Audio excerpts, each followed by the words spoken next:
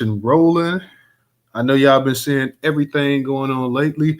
Shout out to my people over there in YouTube land. We just going live. So for all my people that come into YouTube land, make sure you guys go ahead and click that notification bell. Make sure you go ahead and share out tonight's broadcast. Definitely like it. Leave a comment. If you have not subscribed to the YouTube channel, make sure you guys go ahead and subscribe to the YouTube channel as well. For anybody that's going to be listening to this broadcast on YouTube, make sure you are subscribed to the YouTube channel. Make sure you click the notification bell.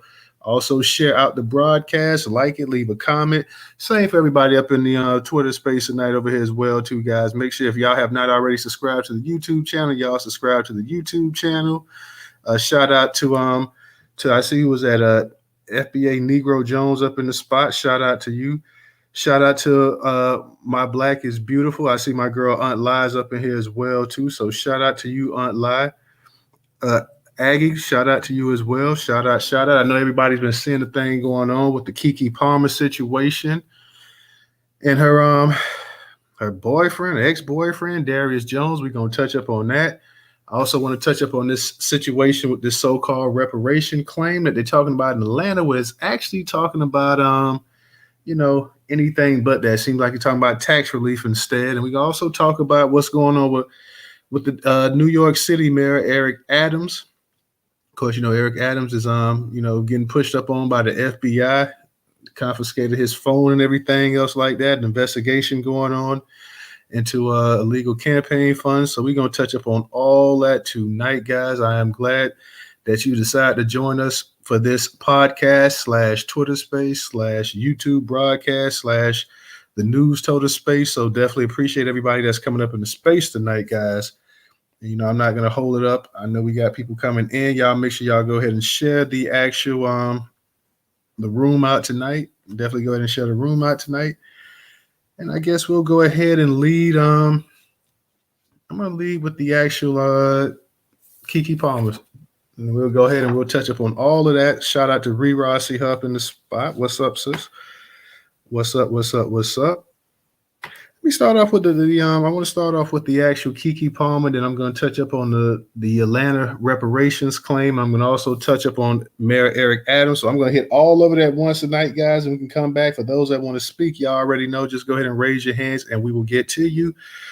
From BCK Online, it says Keke Palmer files for sole custody of son, files restraining order against Darius Jackson. In a surprising turn of events, Keke Palmer is seeking full legal and physical custody of her 8-month-old son, Leotis Jackson, whom she shares with Darius Jackson. This latest legal move follows Palmer's accusations of multiple instances of abuse by 29-year-old Jackson over the course of their 2-year relationship. In court documents filed on Thursday, November 9th, and reviewed by U.S. Weekly, Palmer detailed incidents that occurred on November 5th. According to the actress, Jackson allegedly trespassed into her home without her knowledge or consent, threatening her and engaging in physical violence. Keke claims he threatened her before lunging for my neck, striking me, throwing me over the couch, and stealing my phone. The court documents further online a pattern of abuse, including destruction of personal property such as diaries and prescription eyeglasses, and instances of Jackson throwing Palmer's belongings into the street. Palmer also alleges that Jackson has hit her in front of her son, engaged in verbal abuse, and even made threats of self-harm with a gun if she were to leave him. Despite the tumultuous situation, Palmer, known for her role in Akila and the Bee, has chosen to cover the reasonable expenses of pregnancy and birth as per the petition. However, she's requesting that both parties be responsible for their respective legal fees. The court document highlights the possibility of child support orders and the issuance of an earning assignment without further notice to either party. The legal move by Palmer comes in the aftermath of cryptic tweets posted by Jackson on November 2nd, where he expressed gratitude and encouraged moving forward. He also reposted tweets reflecting on betrayal and the lack of apologies for mistreatment. The tweet read, "Being betrayed by someone you love really changes your mindset." Now, I'm going to say this right here. I thought these two was actually officially over. I thought the whole thing with the situation we had a couple months ago when the situation with Usher and this and that or whatever, I thought they had stopped dating. I thought they had actually stopped seeing each other. I didn't know that they still had an ongoing relationship or whatever. I've been hearing stuff that she was talking about, and another article was saying that that he had got physical with the baby and stuff like that, stuff that nobody wants to hear, whatever. I'm certainly hoping nothing like that. I hope that they can go ahead and resolve this, but it's already up in the news. It's been posted on all kind of different media outlets and everything else like that as well too. So like I said, I thought these two individuals were no longer seeing each other. I thought they were pretty much done with each other. I did not know they still had a relationship going on or whatever. It's definitely some drama involved in there. And like I say, and really my mindset is I'm really hoping for the best for the child, because the child is caught up in the middle of it. She's already alleging that the baby, he struck her in front of the baby as well too. So I don't really know exactly what's going on. A lot of people have been online and they've been voicing their opinions for her, against her, for him, against him as well too. So we really don't know. I know they were saying that there was evidence here, evidence there, whatever, but it's just a bad situation all the way around. And the fact of the matter that the I think it's to the point that they're saying that he can't see the baby for X amount of months or something like that as well too. Definitely not a good situation, not a healthy situation, and I'm just hoping the best for both of them. But I'm really, really, really, my mindset is really on the child himself, because he has nothing to do with it. It's just a baby, and it's gonna be pretty hard for that baby not having a father involved. I know the baby's young and stuff, and people say, well, the baby's at this age right now, he doesn't really know what's going on, but the baby still needs some involvement from the actual father. So we'll touch back on that, guys. We'll touch back up on that. I want to get to this thing with Mayor Eric Adams as well too, and you guys go ahead and raise your hand. I see that Negro's up in the spot. From the Chicago Defender says FBI agent sees Mayor Eric Adams' phone amid campaign investigation. FBI agents have seized electronic devices from New York Mayor Eric Adams amid investigation into his 2021 campaign. On Friday, November 10th, Adams confirmed that the agents took his phone at an event earlier this week per ABC 7. As a former member of law enforcement, I expect all members of my staff to follow the law and fully cooperate with any sort of investigation. I will continue to do exactly that. I have nothing to hide, Adams said in a statement on Friday. Adams' attorney, Boyd Johnson, said he has willingly handed over his devices after learning an individual had recently acted improperly. In the spirit of transparency and cooperation, this behavior was immediately and proactively reported to investigators, Johnson said, noting the mayor has not been accused of any wrongdoing and continues to cooperate with the investigation. The seizure comes amid an investigation to whether Adams' campaign received a legal donation from a Williamsburg construction company and a group of Turkish nationalists in 2021. I am outraged and angry if anyone attempted to use a campaign to manipulate our democracy and defraud our campaign, Adams previously said in a statement. I want to be clear, I have no knowledge, direct or otherwise, of any improper fundraising activity and certainly not of any foreign money. We will, of course, work with officials to respond to inquiries as appropriate as we have. Federal agents previously searched the home of Adams' top campaign fundraiser, Brianna Suggs, who was said to have close ties to the mayor's inner circle. On Friday, the FBI took an iPad and a phone from Adams. The mayor's office turned over more devices that have been returned. We also touch up real quick, guys. Shout out to everybody coming up in the space. Make sure y'all go ahead and tweet this out as well. I want to touch up on the situation going on in Atlanta. Atlanta's one of the cities now considering, of course, reparations, but instead of cash payments, they're talking about in the form of property tax relief instead of cash payments to Black Americans. Just for everybody coming up in the space, we're talking about the Keke Palmer situation. I'm just going over the actual topics for the night. Those up in the Jumbotron, if you're on YouTube, those are also, all the articles tonight are also in the description. So if you're on Twitter, they're in the Jumbotron. And if you're on YouTube, they're in the description. And all of this was curated once again on the Newstoter.com platform. Make sure y'all visit Newstoter.com to stay up to date on breaking Black news in Black America today. Once again, Newstoter.com. From the Neo Jim Crow title, Atlanta considers reparations in the form of property tax relief instead of cash payments to Black Americans. The Atlanta City Council took a step toward establishing a task force to explore reparations for the Georgia Capitol on Monday. It was not immediately clear what reparations would look like, but the City of Atlanta Reparations Study Commission would aim to research the extent of the City of Atlanta's participation in the legal discrimination of African American residents and to provide recommendations for appropriate reparations according to the agenda item. We don't want to interfere with the federal efforts, Atlanta City Council member Michael Julian Bond, who's behind the resolution, told Fox News Digital. We just have to take the best of what is possible for municipality to do. Atlanta has a similar history to other cities where horrible things, as in the way of public policy decisions, have affected the African American population since Reconstruction. So we have formulated our committee to look historically, economically, and socially at the events, persons, places, or things that were public policy generated that malaffected the African American population in Atlanta.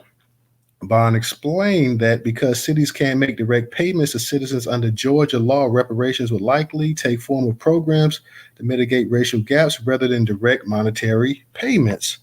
But we could create programs to give or create incentives for those who can prove a legacy of discrimination directly from the Atlanta city, and that is what this group will be impelled to do. Bond said they may come back and say, hey, maybe we'll give folks some down payment assistance. Maybe we'll have some type of incentive program for them small businesses or something of that nature. Bond told Atlanta News First. So this will be the job of the committee to make those recommendations and bring them back to the city of Atlanta. Bond told Fox Digital News that nonprofits could serve as a workaround in providing reparations.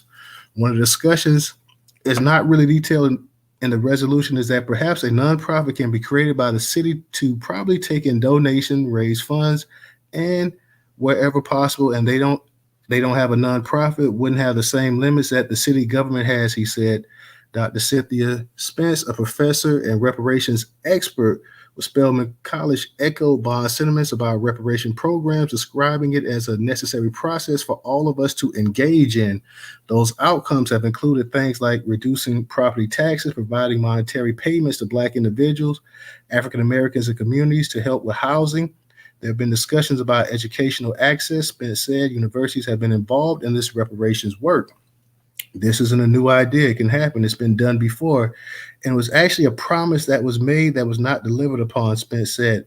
It's very complex, but the complexity should not prevent us from actually moving forward because we can all agree that harm was done. Reparations have been considered in the Fulton County, Georgia, which is home to Atlanta, but a Republican commissioner recently spoke to Fox News Digital after two of her appointees to the county's first of its kind reparation task force were allegedly ordered by its chair not to speak to the media. In 2019, Evanston, Illinois created a government-funded reparations program, and 2 years later, in March 2021, the Evanston City Council voted 8-1 to approve reparations plan that would provide $25,000 for qualifying Black residents to address harms caused by a pattern of housing discrimination and segregation that existed between 1919 and 1969. The move made by the Chicago suburb, the first city in the country to provide government funds to address past discrimination of Black Americans in America. As of August 16, 2023, Evanston had dispersed over $1 million in reparation funds through the local reparation restorative housing program. However, many critics remain wary of reparations. Many Americans believe reparations make increasingly less sense in American society. According to a recent report by the Manhattan Institute, it would cost taxpayers an estimated $15 trillion to close a Black-white wealth gap. That logic becomes much harder to sustain when you have a large groups of recent immigrants who are very obviously not implicated in historical injustice and who also themselves often systematically disadvantage. Manhattan Institute fellow Charles Fane Lehman, who conducted the study, told Fox News Digital, asking those people to take responsibility for injustice 150 years ago is not something they are necessarily willing to swallow. Because many Americans did not have ancestors living in the U.S. in the slavery era, Lehman said he believes it's unjust to ask descendants of post-Civil War immigrants to foot the reparations bill, and with each passing year, immigration further shrinks the population share plausibility eligible to pay a debt for slavery. Reparations have also been proposed or expected to be implemented in multiple California cities: Fulton County, Georgia; Shelby County, Tennessee; Boston, Detroit; St. Paul, Minnesota; and Durham, North Carolina. So that's the argument you get with the reparations right there too. And we've heard that before, that a lot of people of immigrant backgrounds say, you know what, my people wasn't even in this country. Why should we have to foot the bill? It's not fair. I don't like this. We have an issue with it, and that's saying year and year more as more immigrants come to the country and we get further away from the 150 some odd years of slavery. It's just not right to have people who weren't in the country actually have to dig in their pockets and actually have to kick back for this right here. Like I say, guys, shout out to everybody up in the space. Like I say, feel free to jump on any topic. Tonight, we're talking about the Keke Palmer and the Darius Jackson situation. We're talking about Mayor Eric Adams. And we're also talking about what I just got through reading about Atlanta looking at possible other, if you want to call them reparations, I don't call them reparations, but talk about providing tax relief for property and all this kind of stuff instead of direct cash payments. If you want to consider that reparations, fine. I don't, but that's what we're talking about tonight, guys. Feel free to jump up in here. I definitely look forward to hearing everybody's got to say, and definitely feel free to touch up on any topic that you guys want to. Ariza, what's going on with you tonight? You got to go ahead and unmute your mic. Thank you for everybody on the space. Shouts out to Newstoter, and thanks for bringing me up. Shouts out to all the B1 family, STT, B1ASF, all you guys who are listening to the sound of my voice. That pisses me off what they did. You see, if you turn reparations into a nonprofit organization, then they have rules and they can create who they want to be a part of those rules. They can also change the narrative and make it so that reparations has conditions for other people outside of Black Americans. This is a specific governmental debt towards Black Americans. And from the article he read, they want to sideswipe the issue. They're trying to find other angles to get us, and it's just not working. These entitlements are government-based, not corporation-based.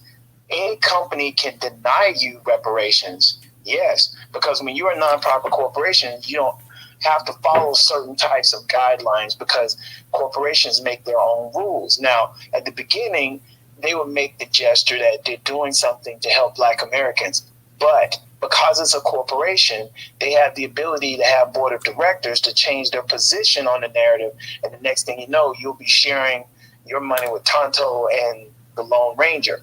I'm just saying, I don't trust that. This is something the government must work with on a federal and state level and territorial level, depending on where Black Americans are these days. And they're not going to get away with it. So for all of you guys who heard that article, and by the way, can you post that article in the Jumbotron? Because I'm going to attack the right. It's already in there. Look on the right-hand side. Oh, it's a wrap. I'm going to eat his lunch. I don't want anybody escaping the narrative. They owe Black Americans.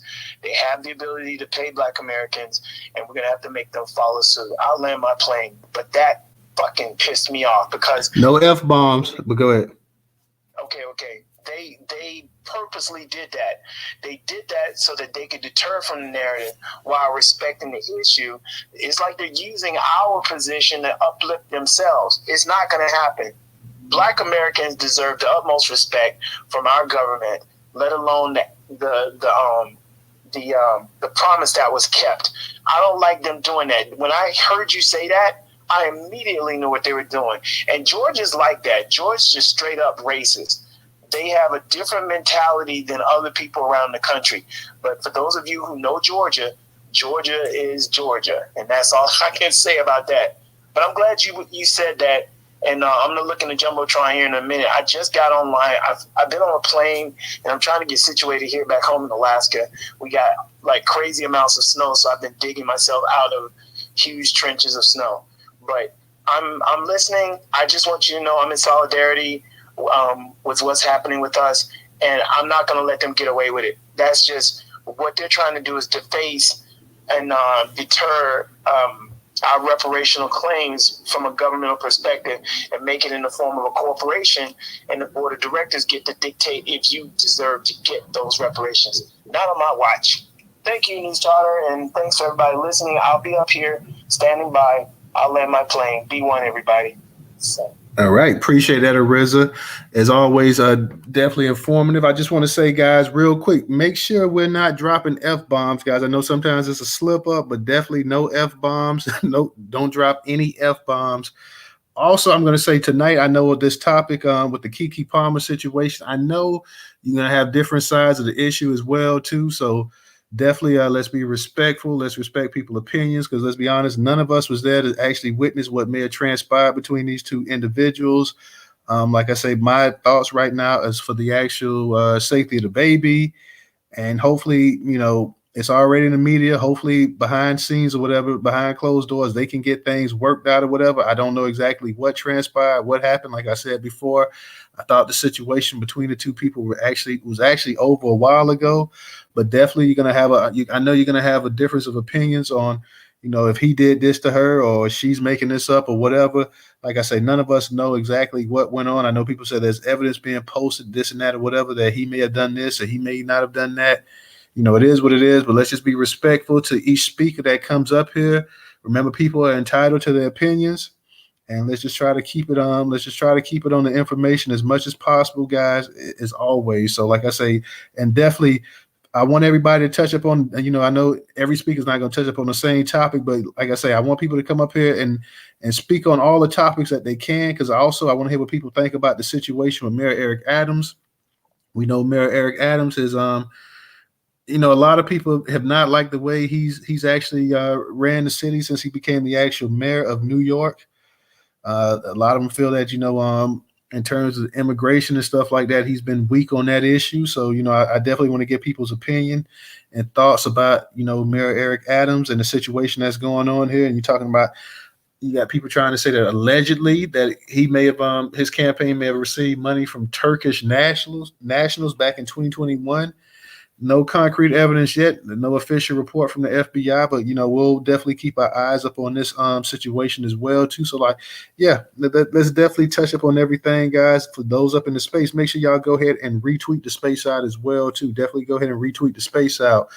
Original, go ahead and how you doing tonight? Go ahead and unmute your mic. Greetings, Newstoter, and everybody. I'm doing just fine. Now let me share something with y'all. See, I know someone who was on this panel that they just had, and not the one with the Atlanta City Council, but they all together. Now, this person I know, they live in California, and they was on. Remember a few weeks ago, Dr. Claude Anderson had a platform on somebody hosted him on Twitter. It was on a Saturday, and this one person who was on there, who I know, and I called them after the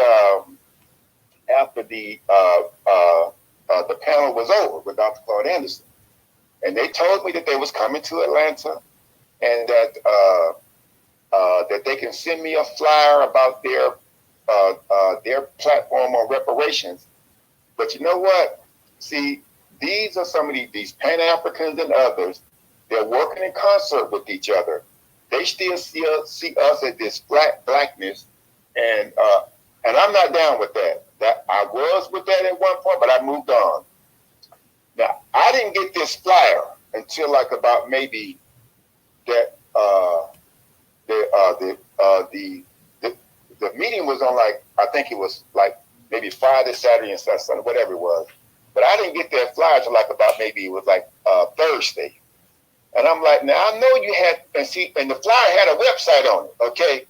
But I did send that flyer out to some people and said, look, this is what's going on, and if you can make it down, make it. And they was charging like $20 to come in. I'm like, and I thought about it.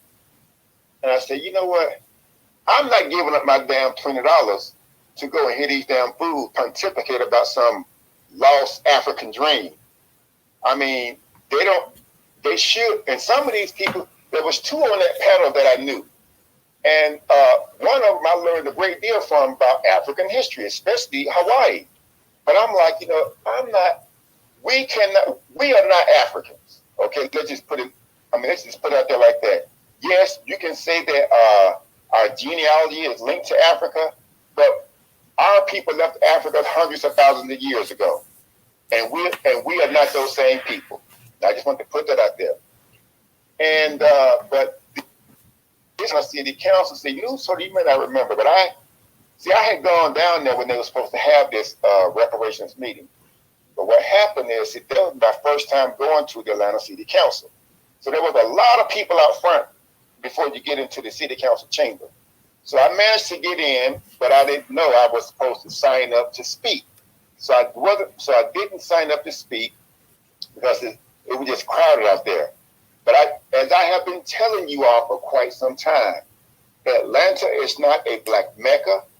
Black folks do not run Atlanta. They are nothing but some piss poor punks and bees, that's up here doing white folks work for.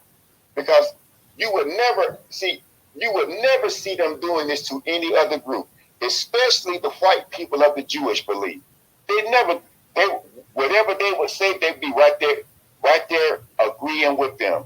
Because as I have shared before, see, in 2016, when Donald Trump won the election, okay, in 2017, the Atlanta City Council passed 2 resolutions stating that the illegal aliens should be able to stay in this country. Okay, the then mayor, Kasim Reed, wrote a letter stating how Donald Trump was wrong and this, that, and whatever. But these people never have done. They have never done anything for black folks.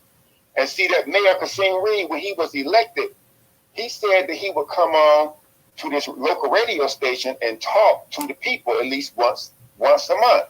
So he did it for like 2 or 3 months, and then he quit. So I started calling into the host, asking her if the mayor or anyone from his staff contacted them to let them know if he was coming. And she'd say no. So then I had to flip the script on her, and I started asking her, did you or anyone from your staff contact the mayor's office and see what was going on? And I did this for about maybe 3 to 6 months. And then his stank butt came, and he was pissed when he came on. He was, because I forced him to come back on and address black people. That's how we have to start doing things. So that's what he did. But then the next mayor, as I have shared with you before, that Keisha Bottom, his name was Kasim Reed. Keisha Bottom, she filed paperwork in a court of law defending the DACA people right to be in this country. They never did it. They never done anything out there for black Americans. Okay. When she ran for mayor, she had on her platform what she would do for the gay community, nothing for black folks. And then you had this city council. I'm just giving y'all a rundown of what these black folks, how they vehemently hate black folks, but they can't get elected without black folks. And so you had this. Let's see, that was Keisha. Then you had this lady. Her name is Felicia Moore. When she ran for city council president in 2018, so she was on that local radio station with this white agent. They were running against each other, and she won. But I managed to get through, and I asked both of them, that I said, you all supported a resolution stating that the illegal should be able to stay here. I said, would you do the same thing stating that black folks deserve reparations? She jumped out there first saying she didn't know what reparations consist of and whatever, and she wouldn't support it. And of course, the Asian guys followed the same path that she did. But see, this is what they see. Again, we have a lot of black folks in this city whereby they are manipulated by saying that, well, our ancestor died for the right to vote. I ask people, well, do you know my ancestors? Do you know that I have an ancestor that he was an attorney back in the 1800s and he was fighting like hell and had to run for his life? So don't put my ancestors with your dumb, stupid ancestors, okay? But mine didn't die for the right to vote. They was fighting for their freedom. And so, and that's what goes on. And now remember, Newstoter, I cited you and I have put this out on the internet too, plus a lot of this other stuff, whereby the current mayor, under his diversity and inclusion, cited what he only going to do stuff for the gay community on the diversity and inclusion. Now this is supposed to be the so-called black Mecca. I tell people, don't y'all believe that garbage. Atlanta is not a black Mecca. And then there was a posting on it was from the local paper here, the Atlanta Journal-Constitution. It had Andy Young, it had Kasim Reed, Keisha Bottom, and Andre Dickens, and of all people, they had this Jermaine Dupree. He want to call himself the unofficial mayor of Atlanta. And see, this is what I posted I turned these things into JPEG. I posted Keisha Lance Bottom platform showing that she gonna take care of the gay folks, not black folks. I posted Kasim Reed letter that he wrote stating that Donald Trump was wrong and about wanting to put the illegal aliens out of the country. And then I posted I posted Andre Dickens, the current mayor, of his platform on the diversity and inclusion, only going to do something for the gay community and nothing for black folks. And a few people saw it and they responded to it. And so this doesn't surprise me.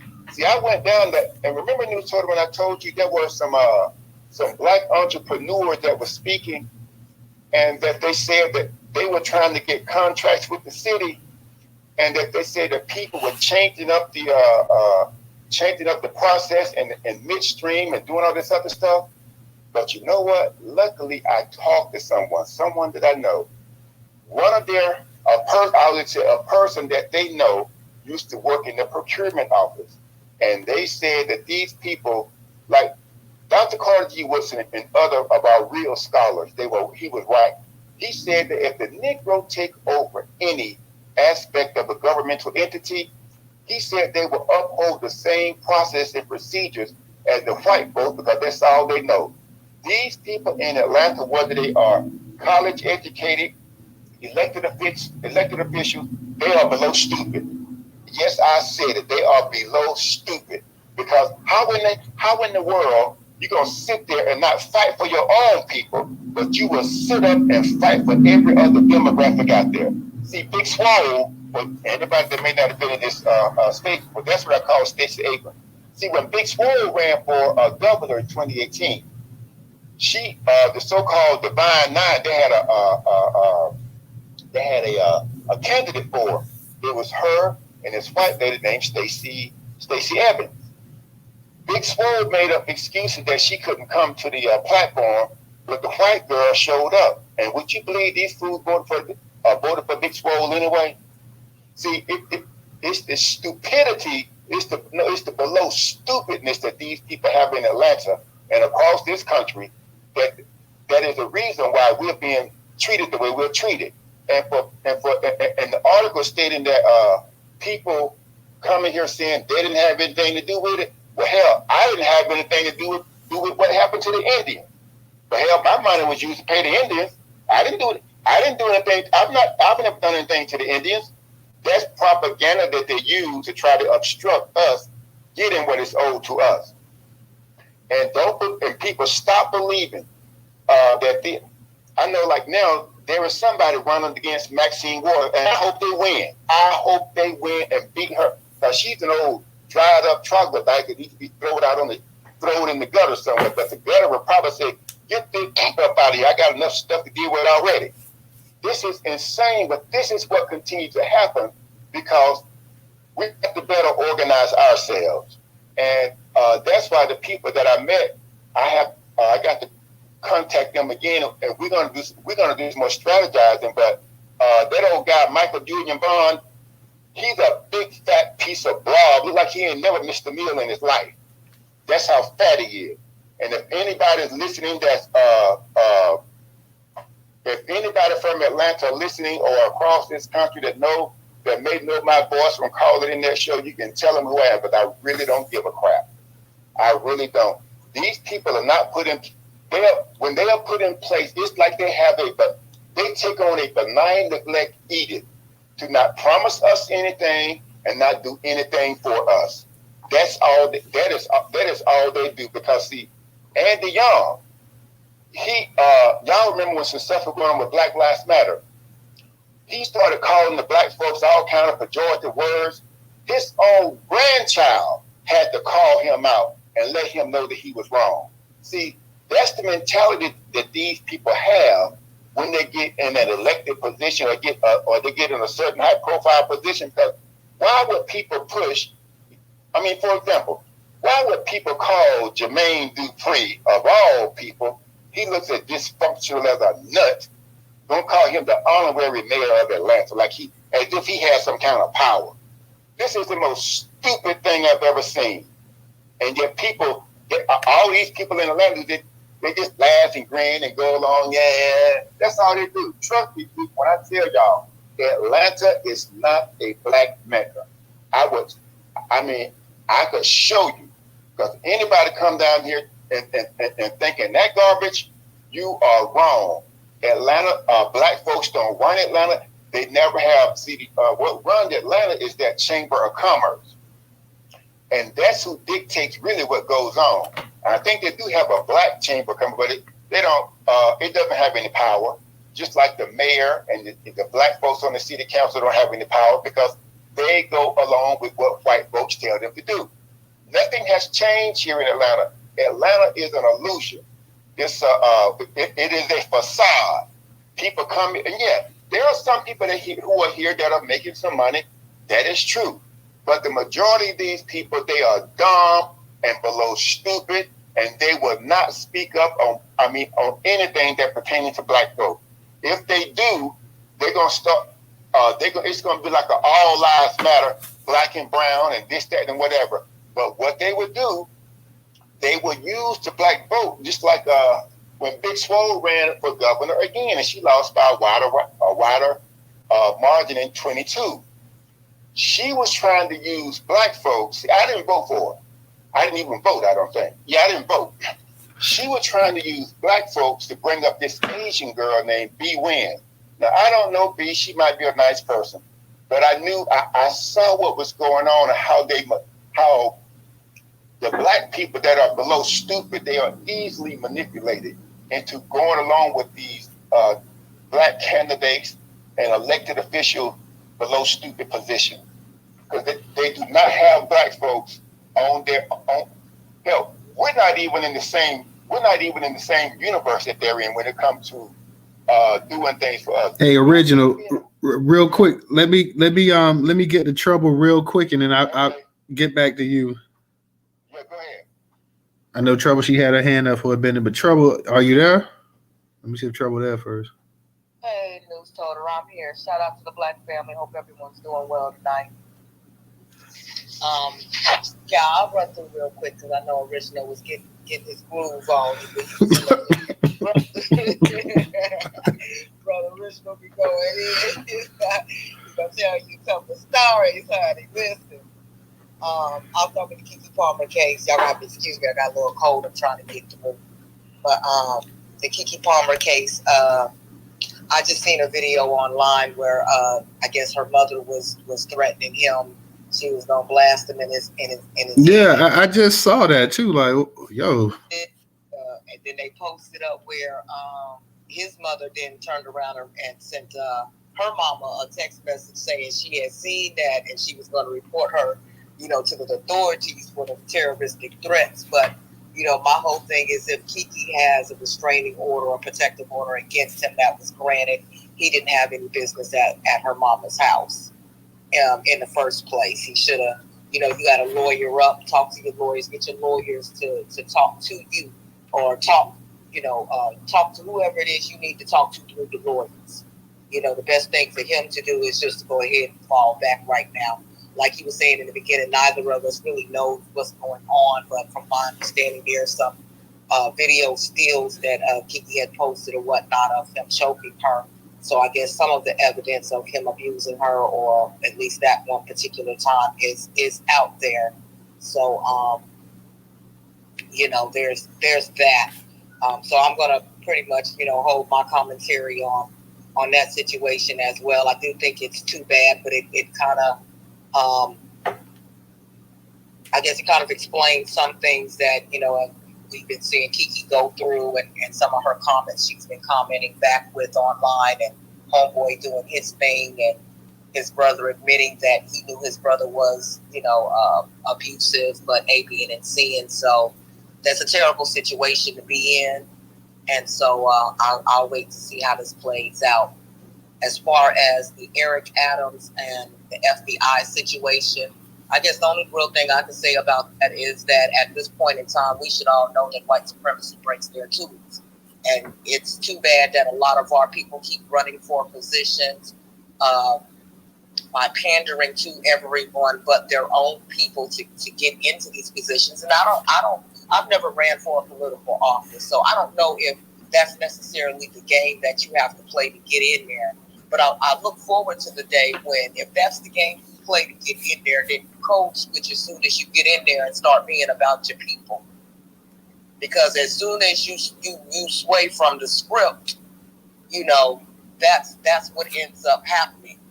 You know, you start getting people delving into your campaign things. And who is to say that some of these white supremacists aren't sending these people to donate to your campaign or to do certain things surrounding you that maybe you actually have no knowledge of, and then when they want to use it against you or hold investigations to taint your image, this is when the big guns come out. You know, a lot of our people, we don't think about things of that nature. Maybe he didn't know that it was agents from outside the country that was actually the ones who were donating to his campaign. You know, but when white supremacy wants to reel you back in and show you that Negro wake-up call, they pull it all the way out on you. That's why you need to go in campaigning to be about your people and get in that way, and then stay about being about your people once you get there.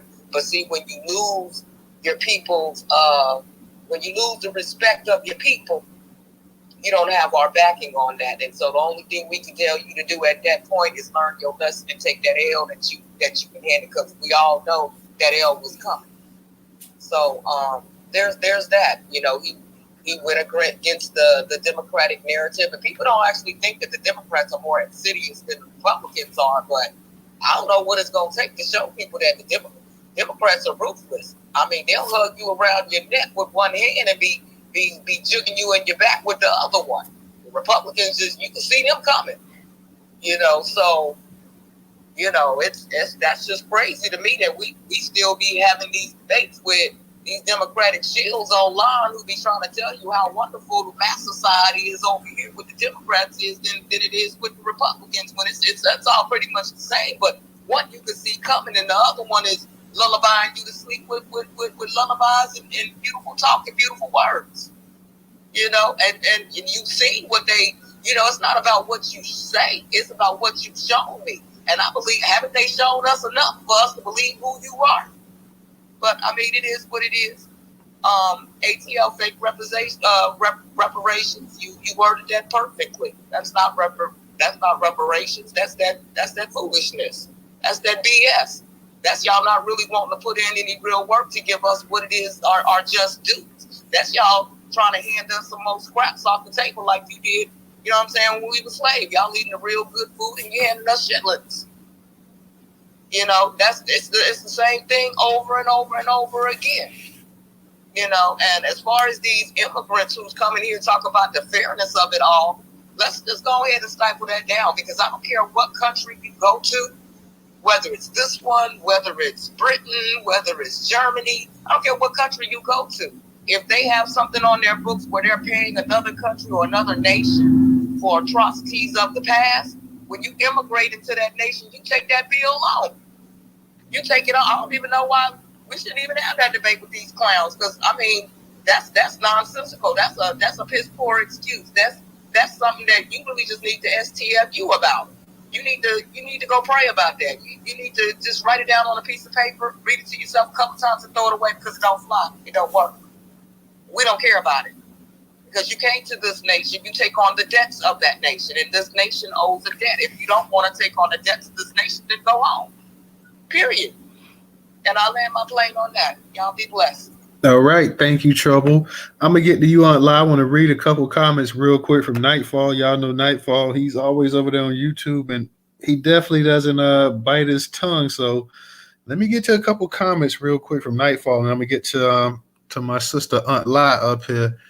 And I guess he was saying when they was talking about the actual, when you had some of the in that article, and the immigrants, they were saying that, you know, a lot of immigrants would actually be offended about the actual reparations. He said, oh, hell no, we aren't accepting any mumble mouth excuses for not paying reparations. He also says, and any illegals that have an issue with their taxes paying our reparations could either shut up or pay us back our money, or hop your sorry behinds back to your POS country and keep whatever little money you got. He also made this comment about Eric Adams. He says, for Eric Adams, I hope he gets His money traced back to David Duke, and he gets railroaded on RICO charges, serves his traitor butt right. And he had this to say about Keke Palmer as well. He said, "Man, Keke playing this messed up. I hope her dude drags her through every court in the land and gets his kid. Enough of the 304 mamas." So this was Nightfall's response over there on YouTube. So let me go ahead and get it to let me give a shout out to the Cognitive. I know he's not up in the space, but Cognitive, thank you for your contribution on Cash App. I'm looking very forward to hearing what Aunt Lai has to say. Aunt Lai, what's going on with you tonight? How you doing? Peace, Black Power, reparations. I'm gonna be really quick because my blood pressure. I want to say why your blood pressure every time you come into space, your blood pressure always high? I'm dealing with court, and I got to deal with these darn white supremacists. And okay, yeah, I understand. I understand that part, but yeah, you're right. Go ahead. So what I was saying, I want to give a shout out to what Mr. Original said. Like my uncle, when he said that, he said everything he said. I co-sign it. I want to give a shout out to what Trouble said. I want to break it down in regards to the least most important, Eric Adams. He gonna get what he deserves, and it's funny, but it's not funny, but it's funny because that's what you get. Like Trouble said, if you gonna do anything, you gonna stay on code for your people, but you sold your people out, and the people that put you in office, the establishment, because you were one of them, because you were in law enforcement. Now that law enforcement is coming to get you. So in the words of my the great leader Malcolm X, the chickens is coming home to roost, and he gonna get everything he deserves. And since the people don't like him anyway, mother had you, mother loved you, and mother you was what my mama would say. In regards to the reparations case, I'm with Mr. Original. It's some BS. What if you don't own no property? So now it's on property taxes, but if you don't own no property, you can't get no reparations. It's ridiculous. I agree with, I don't know who that was speaking. I believe it was Art Z, the one in Alaska, but he said it. Whatever, like, it's just ridiculous.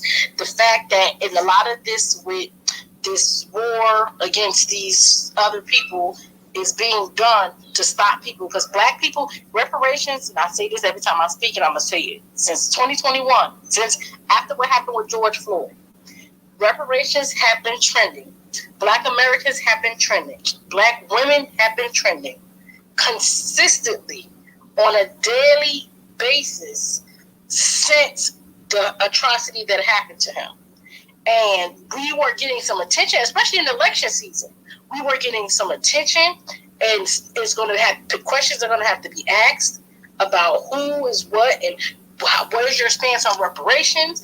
And they needed to create a diversion. And the diversion is anything they want us. Now they're coming to us. And this is what really pissed me off. Oh, black people not giving their stance on this war. And my thing is, black people can't even get their Congress people to vote for a study for reparations. So what is it by us, quote unquote, backing them? What is that supposed to do? Think about it. We can't even get our Congress people to vote for a bill that just study it. That just sit here and just look at it like, what does this look like? Is it up? Is it down? We can't even get them to do that for us, but they are demanding that we stop and we hold whatever fight we have, wherever we are, to hold in line with reparations, to go and argue for them. And what are we supposed to argue for? It's not a tactic because they want us to argue for them. They don't need us to argue for them. They don't care about us, whether we coming or going. They just want us to get our mind off of what our mind is on.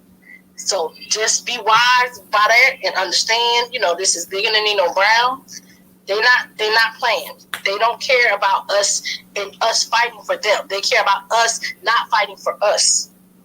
That's what the whole reparations movement is in regard to them trying to, I can't think of the word, but trying to minimize our movement. They don't want us to fight for anybody else because they know we can't even fight for ourselves. They don't want us fighting for us. So we need to stay with our eyes on the prize. In regards to Keke, I know this hurts my heart because she's playing me in my movie. This hurts my heart because I believe her. I believe everything she's saying. I'm going to give a shout out to her mama for making the threat, because if you are a real mama and somebody threatens your child, you're going to definitely say you're going to do whatever you need to do to protect your child. I believe that is something that was leaked prior. I don't think that was something that happened recently. And in that, you can tell that she was going through this because when people understand and when people say, well, why didn't she say something then? Why didn't she say something? Because as a black woman, now I'm talking from a place of experience, you don't want to call the cops on a black man. Calling the cops is literally a death sentence. So when you are in the domestic, a lot of times you'll say women don't want to call because they don't want the man in the middle. They don't want to deal with that. They just try to deal with it, especially with her being in the situation she in, her being famous. She tried to deal with it, I believe, as much as she possibly can till she couldn't anymore. Because she realized her dealing with it, things wasn't working out the way she wanted to work. So she had to go to the court and file for a restraining order. And it's very unfortunate because now people, because she didn't want, the first time it happened, she didn't want to do this, people are saying, well, that happened February 2022. It's 2023. Why she didn't? Like, they're going to give excuses. They're going to be, but this is the hardest thing for a woman to have to go through to make the decision to, well, it wasn't for me because as soon as somebody put their hands on me, it was a wrap. I don't know who you are. I don't play those games. I'm not getting fighting. We're not doing that. So as soon as somebody put their hands on me, it was a wrap. I wrote about it in my book because I don't play those games. But being a person who has seen people in the cycle of abuse and understanding it, you have to understand her not wanting to do it for those reasons. And her putting her safety at jeopardy because she didn't. And it got to the point where she couldn't take it anymore. Now, the people who are saying she's going to get this, no one knows how sound like, how a person who's an actor portray themselves when they're on film, when they're being recorded, but you don't know how they are in a in-home relationship. Nobody is turned up when they're home dealing with their significant other.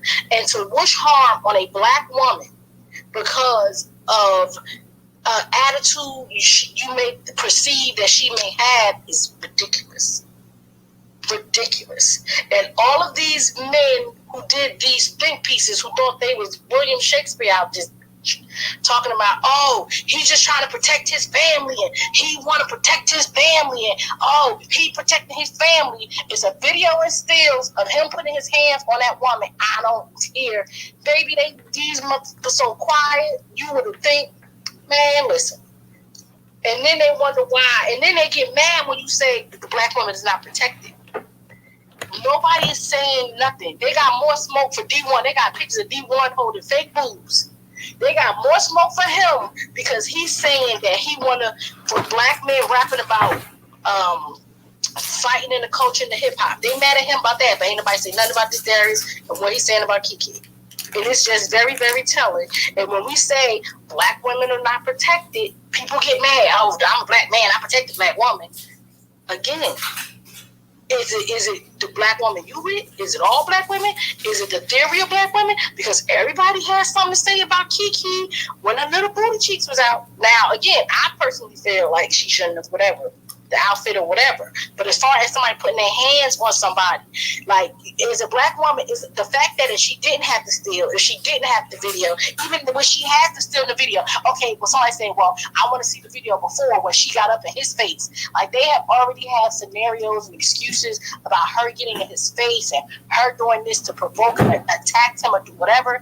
And I'm going to just say this for like a real man. If you were a real man, you would never put your hands on a woman regardless of what she did. So them making the excuses of, they already know that he was defending himself from her and they ain't even seen the tape, it's very, very telling.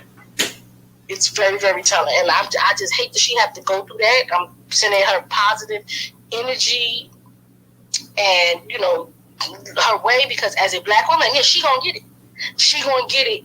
For everybody who wanted to get her for anything else, they're going to have this disdain for her when Keke don't do nothing but drink water. You know what I mean? Mind her business, stay to herself. She have fun. She's a fun-loving girl. She's 30 years old. She don't be out here ratchet for real, for real. She be out here playing a lot of times. She's playing. She's very joyful.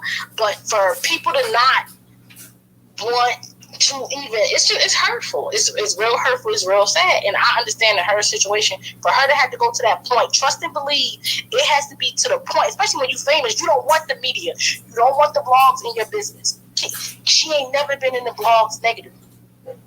You don't want the blogs in your business. Me, you know what I mean? She don't want that. So for her to the point to, you understand, you got to go to the court. When you file for a temporary restraining order, you got to give certain information, because again, I did that, probation officer. You actually give the information to the probation officer. The probation officer in New Jersey takes it to the judge, and the judge say whether it's going to be or not. We don't want to collect the information. We take the application for a restraining order. And then you have a court date. When you come to that court date, you have to have certain things in place. Certain things have to be done. It's very, very hurtful that this has to happen to her. For her to be a 30-year-old woman with her whole life ahead of a new mother, dealing with postpartum depression and everything else. Now you got to deal with this, and then you got to deal with people on the nightly news and everybody talking about you. And then at the end of the day, I feel for her. And I'm going to dock my boat. I fold my chair. Peace. All right. Thank you, Aunt Lai. The little side that you had at the end, I'm not really sure what that was for, but I think you had a number of people online that's also supported, Keke Palmer. So we can't say like, everybody's against it, because a number of people supporting her, believe what she said. So I just like Trouble said, I just found out the thing about the actual mother, the situation with the mother saying that she was gonna, put a bullet off in your boy. So, it is what it is. Like I say, I wasn't there. I don't know all the details of it. I know that, they're saying that, like you said, you got these stills and this and that or whatever of what happened. So go ahead, don't lie. I'm gonna say yes. I want to give a shout out to her mother, because I ain't never even seen her mama before.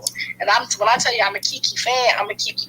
Her mother straight said, and when I listen, and I hope she meant every word of it, and I appreciate it from the bottom of my toes to the top of my split ends. Because at the end of the day, for her mother to even make a statement on it, Keke mama don't talk. But you had to see your child go through this. And I don't know a parent that would see their child be abused and be like, no, let's not. No, the mother said what she said. I agree with her 150%. It's not a threat, it's a promise. And he had to take her to that point. And then, again, a lot of stuff we don't know behind closed doors. But what I do know about somebody, I've never seen her mama. I've always wondered what her mama looked like. And I've seen like her interviews, my mama right there.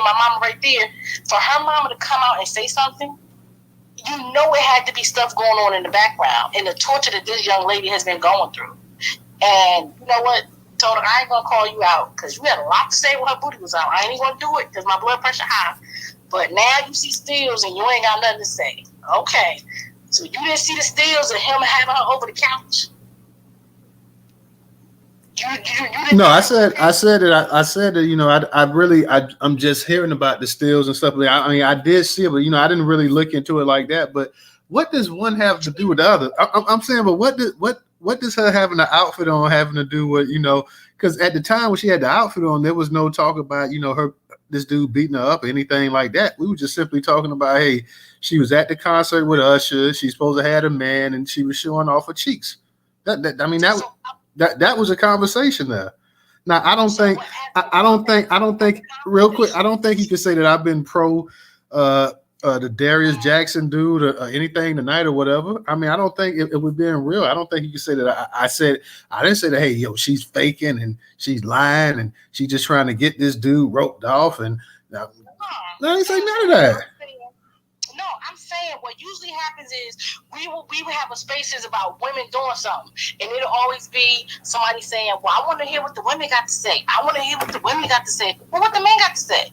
The men is silent. The men is silent about what happened to Keke. So what I'm saying is, when a woman does something ratchet, when we had these spaces, black women are to speak on account for, well, we got to condemn this. Well, what the black women saying? What the black women saying? I ain't going to say no names, DJ.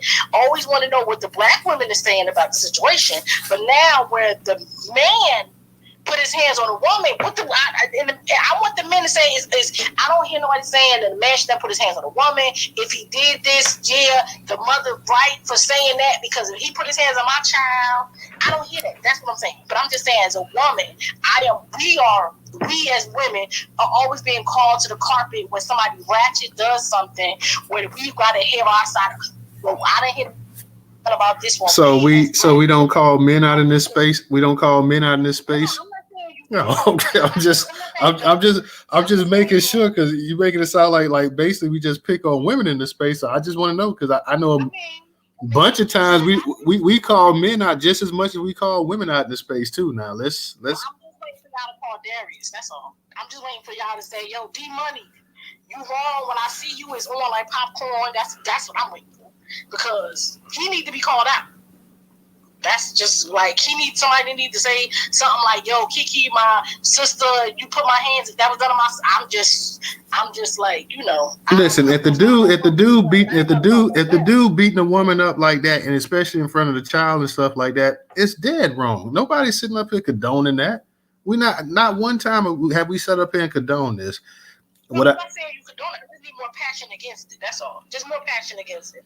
Just more vigor.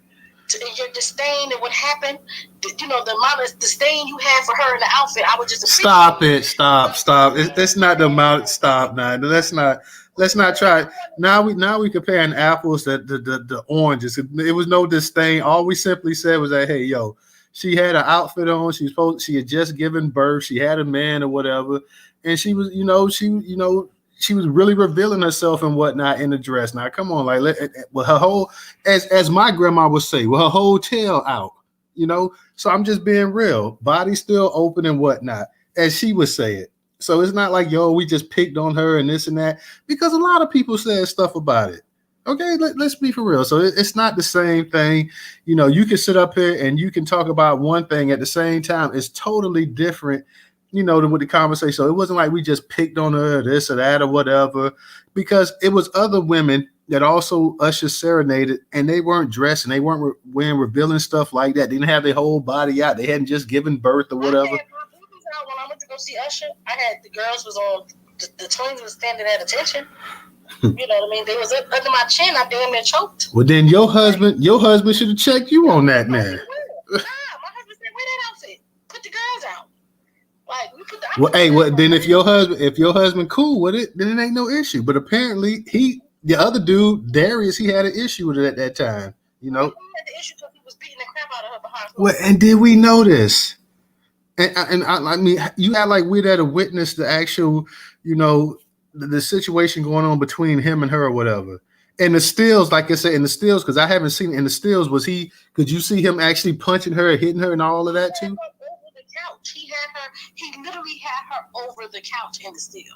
Like, she is. Because what I'm saying is I didn't see those stills. I haven't seen them, so that's what I'm saying. That's why I didn't comment on it. I haven't seen. I'm gonna send it to you because I want to fight him. I want to hear black men say that he need to get dealt with and all this, and I just want to hear, because I just remember conversations about somebody, I don't know, maybe Mr. Samuels being right about some stuff about black women, and I just was saying, like, I just want to hear somebody saying to the effect of how, like, this is not okay, something. Just, I just, my blood pressure. I'm trying to keep my blood pressure. I don't want those times that won't be nothing. But I think you could say that I have been neutral. I mean, even Trouble, she agreed to the point. She was like Newstoter said, we weren't there to see this and that. Like I said, the stills, I didn't see them myself or whatever. So, trying to be as neutral as possible. I'll admit, when we had the space, when we was talking about the outfit, I said, I thought that the outfit was too revealing. And I thought that for a woman that's supposed to be in a relationship with a man or whatever, she kind of was like cutting the fool a little bit up there. And I think, I know a lot of women say, oh, well, she was cool and this and that or whatever. But, I thought she was grinding. She was this or that. The whole body was out. She had just given birth. And as they said, the elders used to say, her body was still open to the night air and everything else as well, too. So I kind of didn't agree with it on that aspect. But like I say, these are two totally different situations right here as well, too.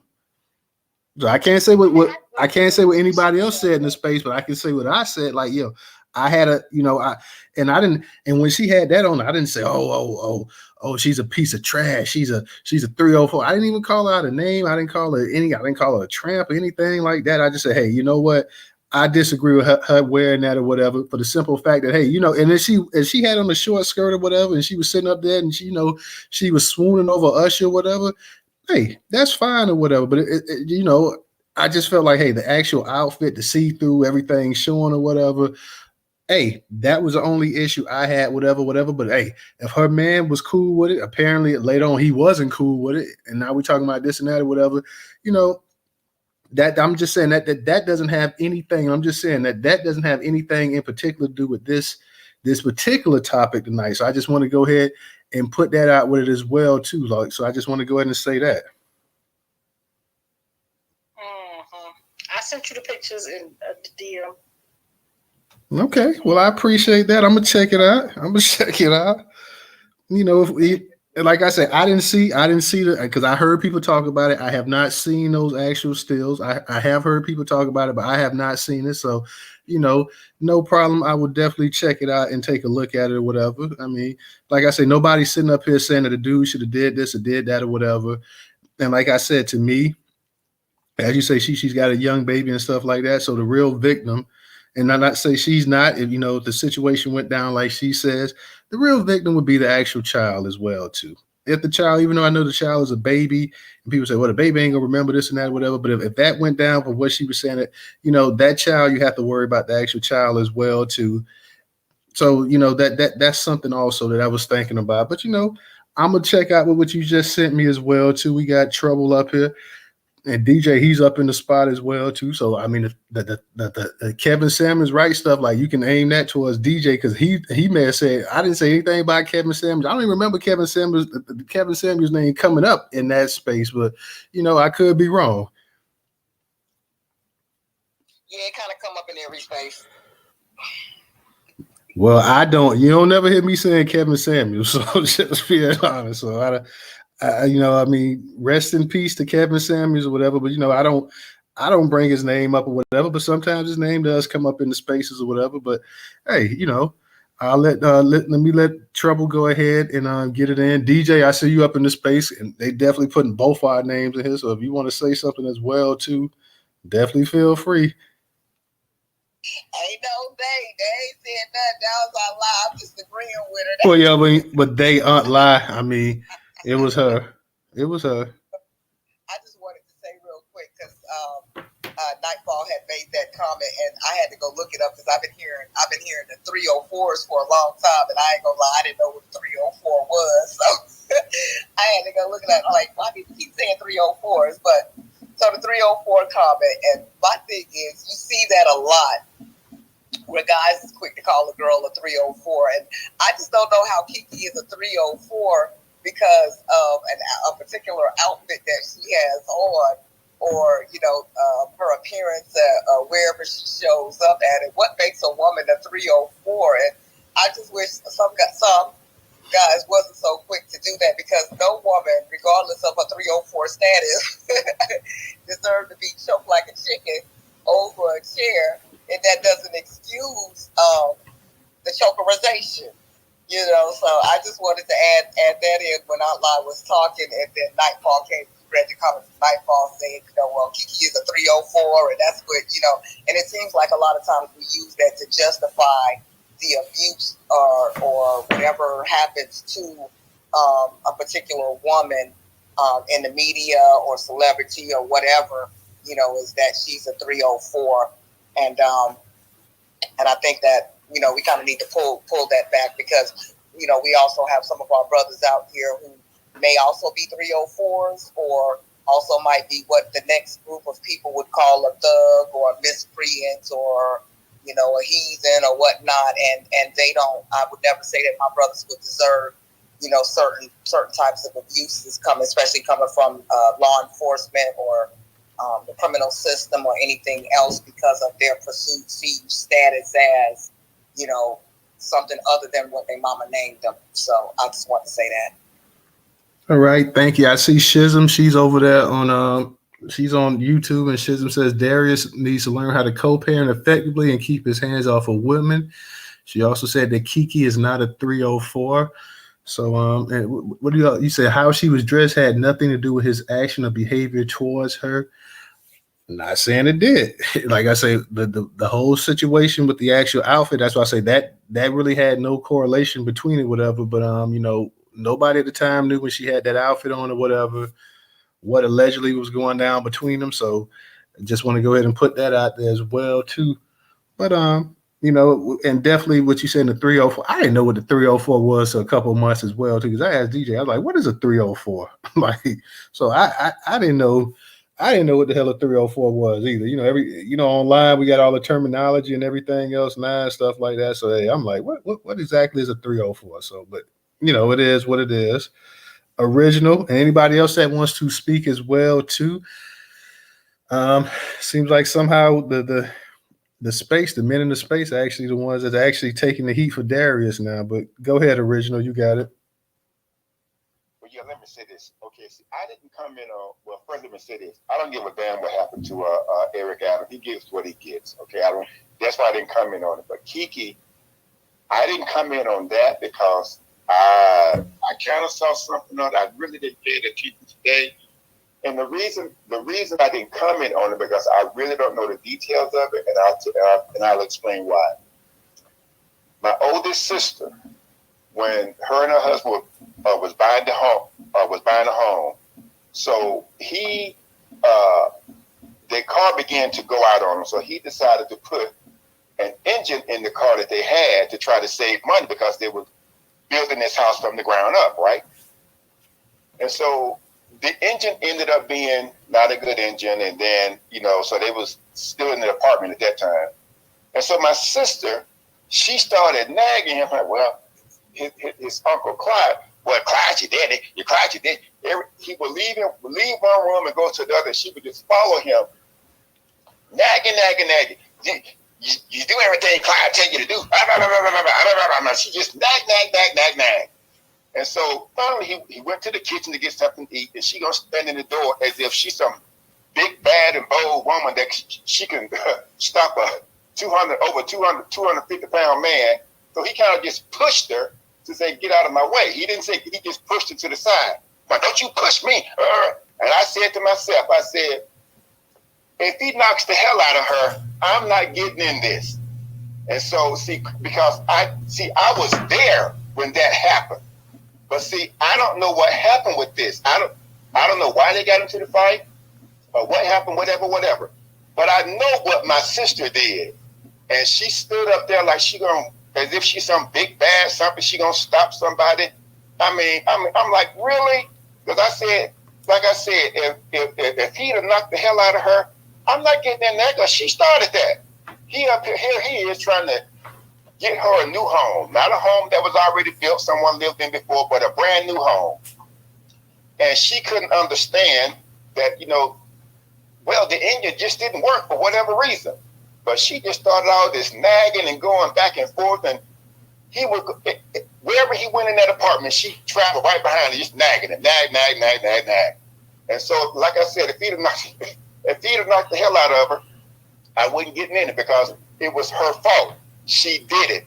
She just wouldn't let it alone. And so, like I said, I'm not saying that Keke did anything or whatever because I wasn't there. But I was there when my sister did that foolishness.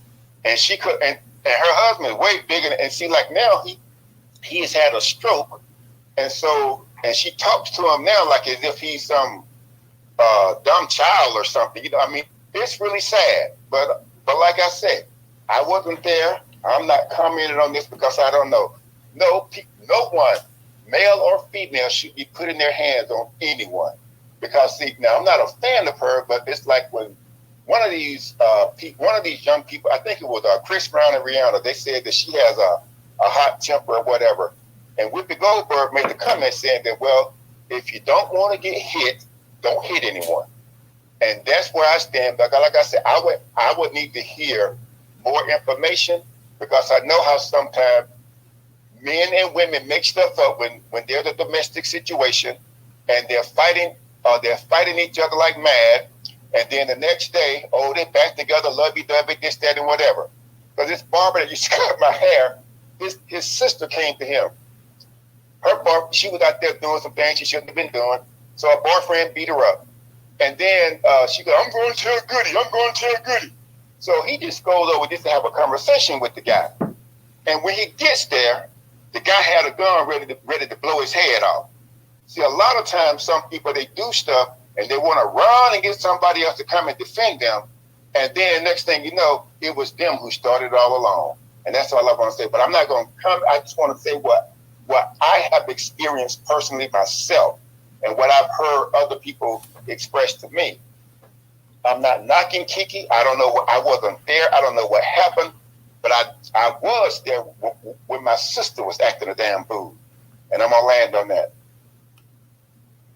Okay, real quick, guys, I want to go ahead and say, for those that have not followed us on YouTube, it's up in the Jumbotron on the left-hand side. Make sure you go ahead and click that. Go ahead and make sure you subscribe to the YouTube channel for my people over there in YouTube. Make sure you guys share out tonight's broadcast, leave a comment. Definitely, if you have not subscribed to me on YouTube, go ahead and subscribe. For those that can support us on Cash App, $Newstoter, $Newstoter. Newstoter is the largest Black-owned, Black American news media curation platform today in America. Once again, $Newstoter, $Newstoter.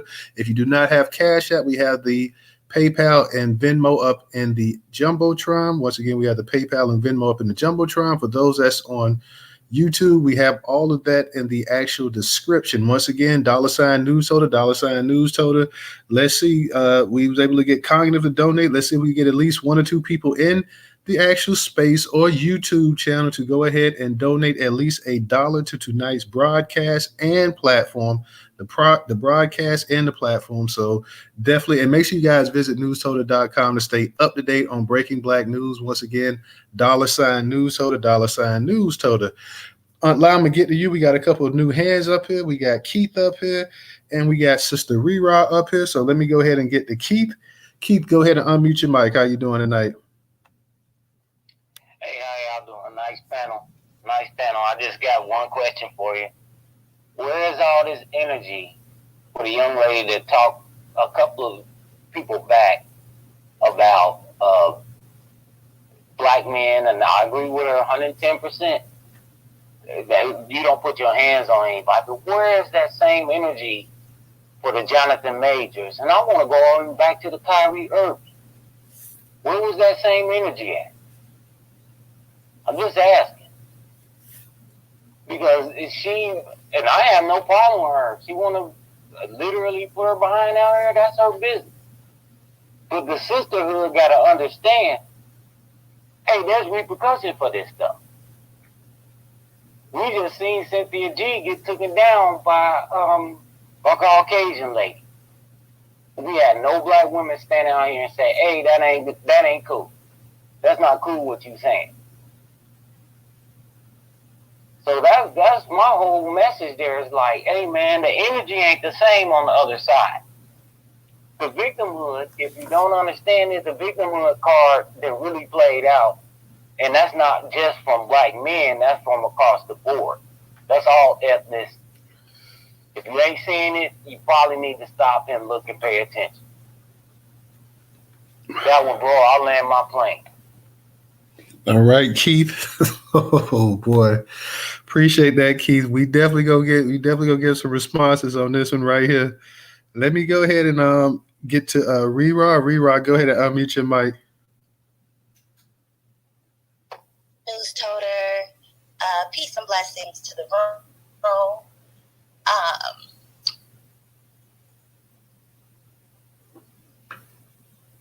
You there, Rera? I think we must have lost you. Can you hear me? Can you hear me? I can hear you now. Can you hear me? Okay, I'm sorry. Yeah, I can hear you now. But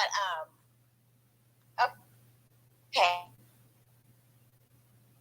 You stuck in the matrix, sweetie. So I wanted to touch on here. Hey, Rera, you stuck in the matrix. Okay, I'm come right back. All right. Come down and come right back up. Yeah, Sister Rera, she'll be right. I'll remove you, and then you can come right back up, Rera. Can I go? Who is that, Aunt Lie? Yes, sir. It's gonna be real quick, but I want to say to Mr. Original, you still my uncle, but I'm gonna just say keep that same energy. I don't want to hear no comments about nobody, no woman in no clothes, because we can't pick and choose what we're gonna talk about, what we're gonna debate, or what we're gonna have energy for.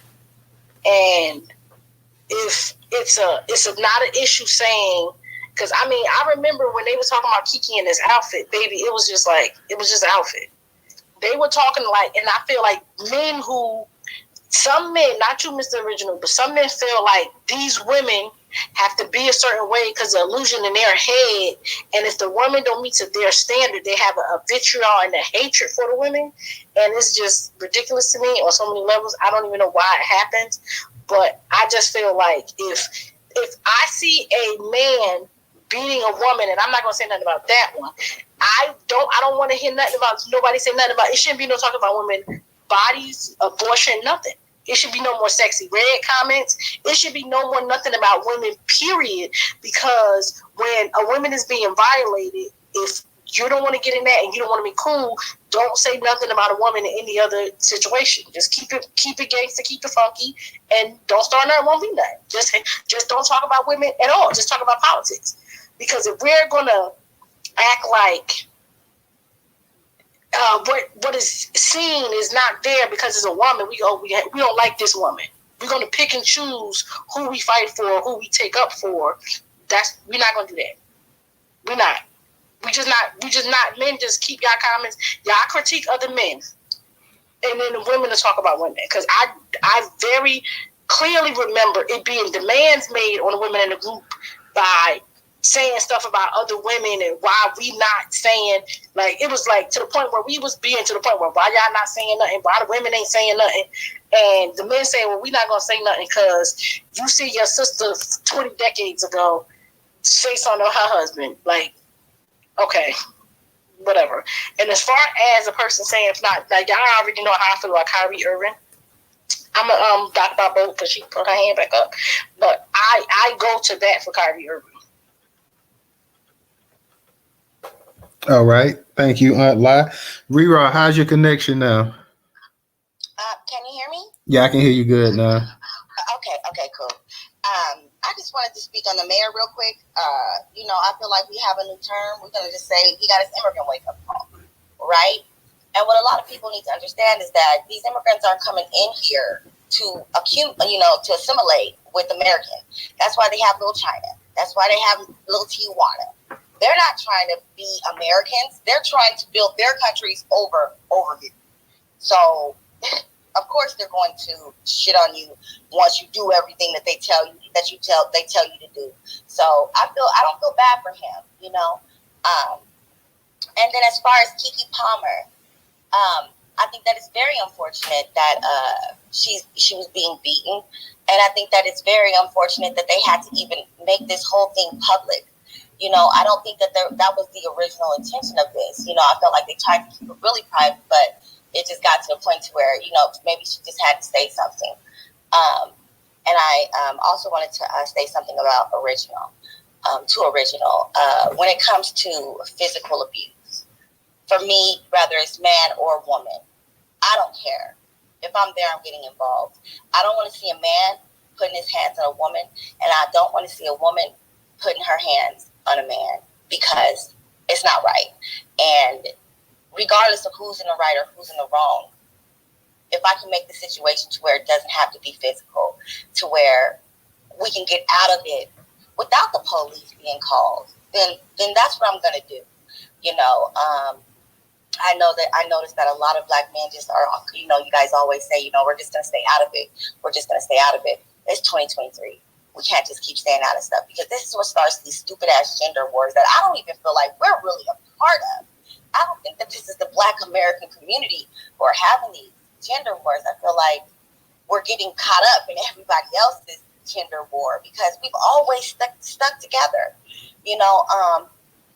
and so violence is violence. Man, woman, child, whatever, stop it. stop it. We have to do something. You cannot remain neutral when it comes down to violence. And as far as ATL, they can get that shit out. I'm sorry.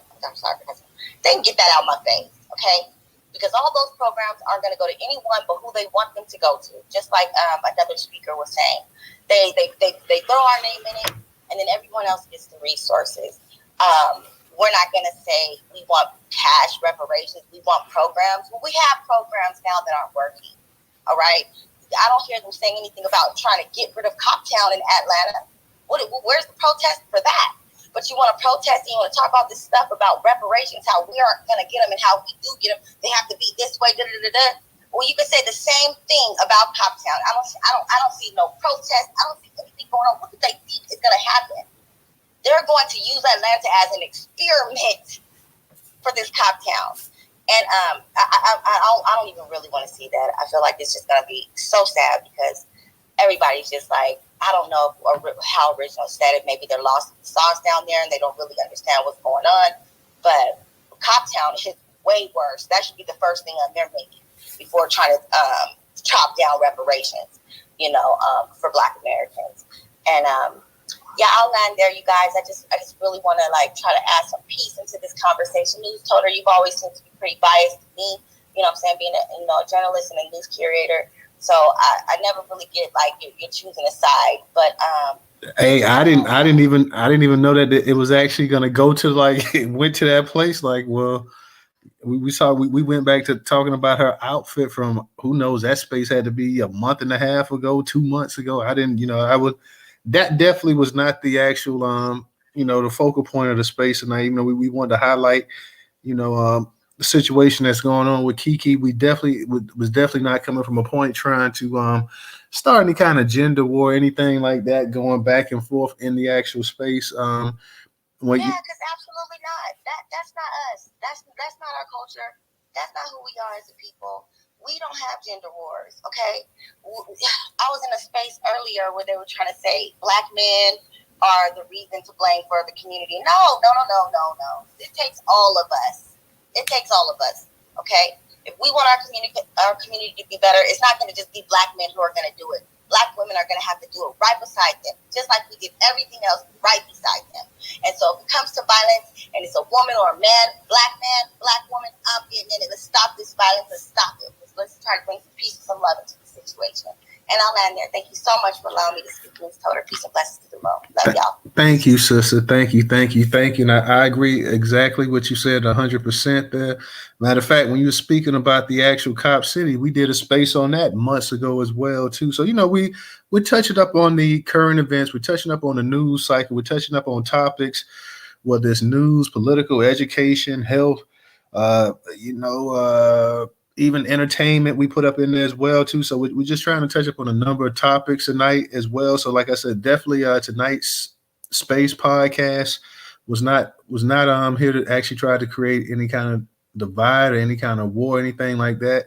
We already got our hands full, so that was definitely not the point or whatever. And I try to be as neutral as possible because, like I said, I was not there to actually see it.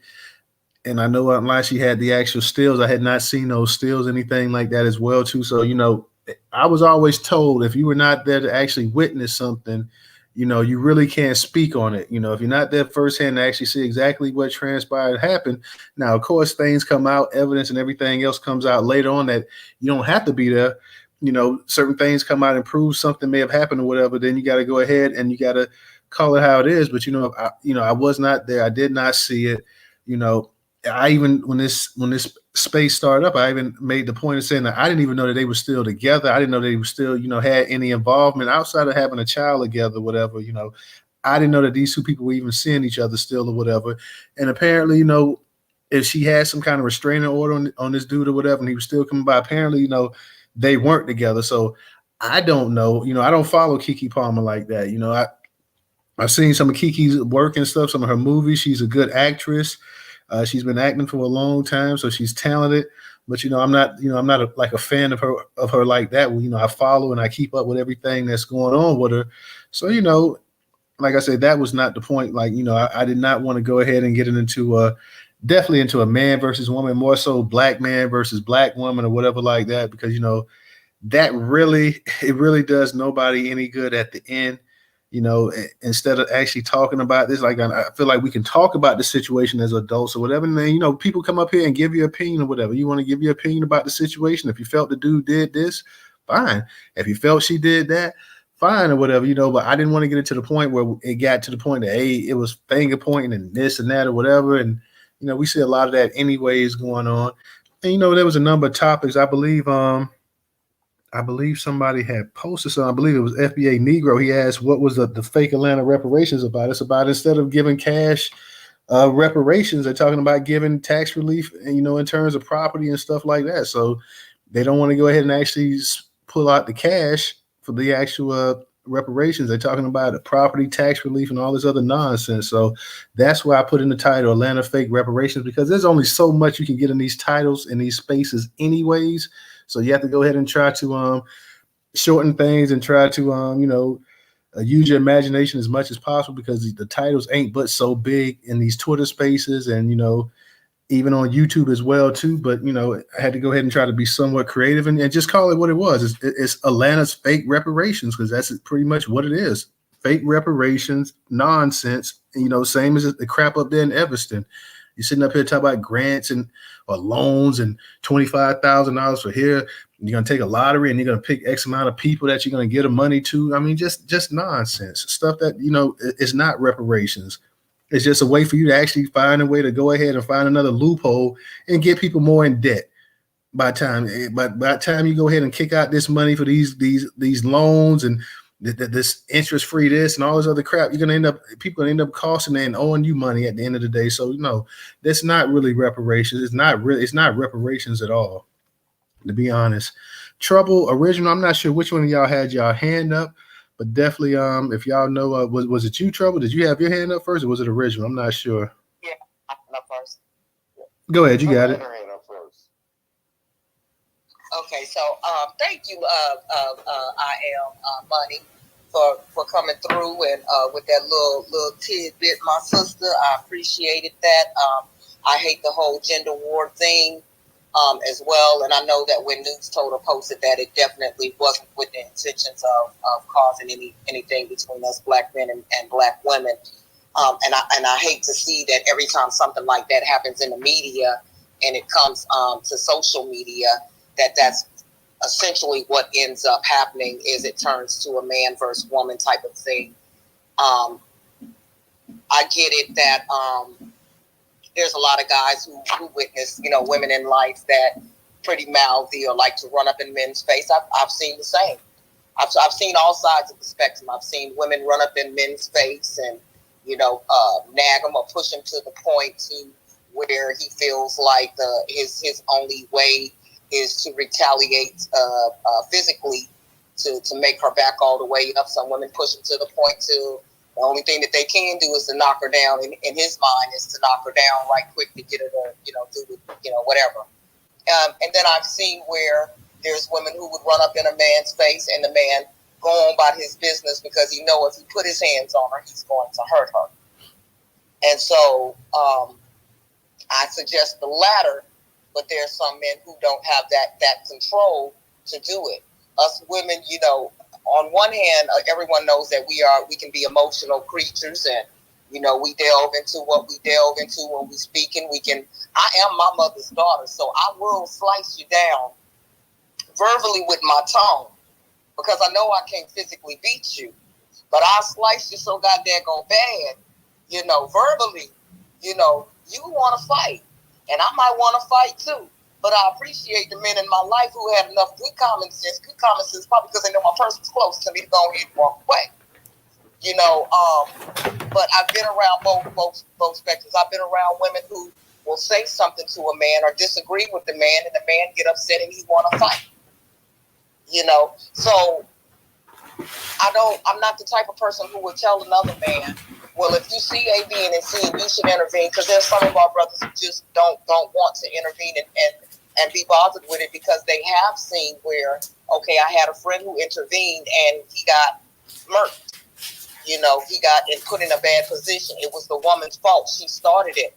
But at some point in time, like Sister I.M. had said, we are the only ones who are going to look out for we, and we have to protect we, even if we are protecting the man via him not having to go to jail or get hemmed up later on, because we know the woman started it, but I don't want to see my brother get hemmed up because I know he's getting ready to slap it down. So let me go ahead and get my brother out the way. So that's all I got to say about that. As far as the other brother who came to the stage who's not here right now, we're also not going to do the gender wars thing where we say, well, we're talking about a Keke Palmer, and you want to say, well, how come women didn't step up when it came to the brother that was, had the charges on with the other woman? First of all, that was a white woman, so he needed a little bit of a wake up call. But the last time I checked, a lot of us women were speaking up for that brother. We spoke up for Kyrie Irving. We spoke up for the brother Jonathan Majors, who was caught up with the other woman, and that whole situation. And so that's what I don't like, is when we try to play these whataboutism games, because we can find a lot of instances where something happened to a woman and men and women kind of came out swinging on that person, and the opposite is true when it comes to the man. We're talking about online social media stuff where you don't necessarily know who all is behind the profile, whether they're us or whether they're other, making these comments. So it should never spark us to be into, we got to move away from the whataboutism, because we can always find examples of when this group of men didn't back this particular woman, or when this group of women didn't back this. At the end of the day, you got to hold, number one, you got to hold yourself accountable. And number two, each gender should, if you're going to hold somebody accountable, hold your gender accountable. And I think that lately, at least from what I've been seeing online, both groups, men and women, we are holding each other accountable. And there's always going to be those cases of people in between who just going to say something wild out the mouth. Yeah, she deserved it. Yeah, he got what he got. Yeah, black men ain't so-and-so. Yeah, black women ain't such and such. Thank you for telling us. That's all I can say is thank you for telling us who you are. So if I'm following you, I can go ahead and unfollow you, because I see where your thought process is at. I see that you ain't for we, you for you, because you got some hurt that you need to work through. You need some therapy you need to go and see. If you sit back and you think that one incident that happens with one person is a collective incident, you need to seek therapy, because you done gone through some hurt in your life. You done gone through something in your life. You done had some past relationships. And I say it all the time, and I'm going to say it again. Some people really need to hold the mirror up to themselves before you start playing the blame game, especially the gender game, and see what you did wrong in all of these relationships that you felt like, the black man or the black woman hurt you so badly at. Look at yourself, because it ain't always somebody else's fault. Sometimes it's you. That's all. Love y'all. All right. Thank you, Trouble. Thank you, guys. Like I say, we're trying to get at least $2 in donations. So $sign Newstoter, $Newstoter. If you got $1 that you can spare to the program and the platform, it is greatly appreciated. $Newstoter, $Newstoter. Let me go ahead and kick it to Original. Original, go ahead and unmute your mic. Yeah, Newstoter. Yeah, it's right. See, no, I'm not trying to start a gender war or anything like that. I was just expressing what I was an eyewitness to, and how my sister was conducting herself in a stupid manner and not wanting to understand what the situation was. And see, now let me share. I didn't want to share it, but I want to share this. See, my father was shot and killed because he was trying to defend another woman, at a night spot. And see, that's another reason why I will not get involved in people's mess, because I'm not going to allow history to repeat itself. Because no, as I said earlier, no one should be hitting anyone. And as the saying goes, if you don't want to get hit, don't hit anyone. But like I said, I was an eyewitness to that. I saw how stupid my sister was conducting herself. And I said that if he knocked the crap out of her, I'm not getting involved in that, because she brought that upon herself. I mean, she was nagging and pushing and everything and doing this and that. And everywhere he went, she just went right behind him, just nagging. And that's what I'm saying is that you can't expect people. For me, I've seen people have things happen to them. I'm like, I don't know what's going on, and I am not putting myself in jeopardy. That's part of why I'm still alive today, because going to get him, because I know this guy went to college with.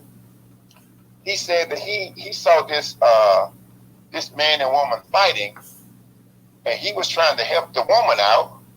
Then when he got the man off of her and had him down, she jumped on him. Okay, so people have been killed trying to get involved in somebody else's mess. And for me, I'm not getting involved in nobody. I got enough mess of my own. I'm not getting involved in somebody else's mess. But one, I don't know what people have on them, and I don't know whether they got something on them or not. I can still end up stretched out. And that's just me. Like I said, I don't know what happened in that situation. And that's why I did not initially comment on it, because I don't know all the details. I don't know what happened. There's only like a still picture out there and stuff. I don't know what the video would show or whatever. But all I'm saying is I've seen what happened, and that's why I did not grow up with my father, because he's trying to defend some woman that wasn't his wife and ended up getting killed. And so for me, hey, whatever happens, happens. But I'm going to move myself in the opposite direction, because I'm not giving up my life for anyone, because it's my life. And I'll land on that. All right. Thank you, Original. Let me go ahead and get to Callie Love. What's up? What's up? Oh, what's going on, everybody? Good evening. Okay, I respect everything that everyone has to say in regards to domestic violence.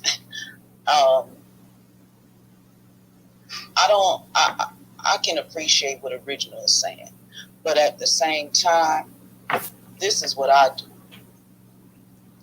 I may get halfway down the block and call the police and let them deal with it. I witnessed women.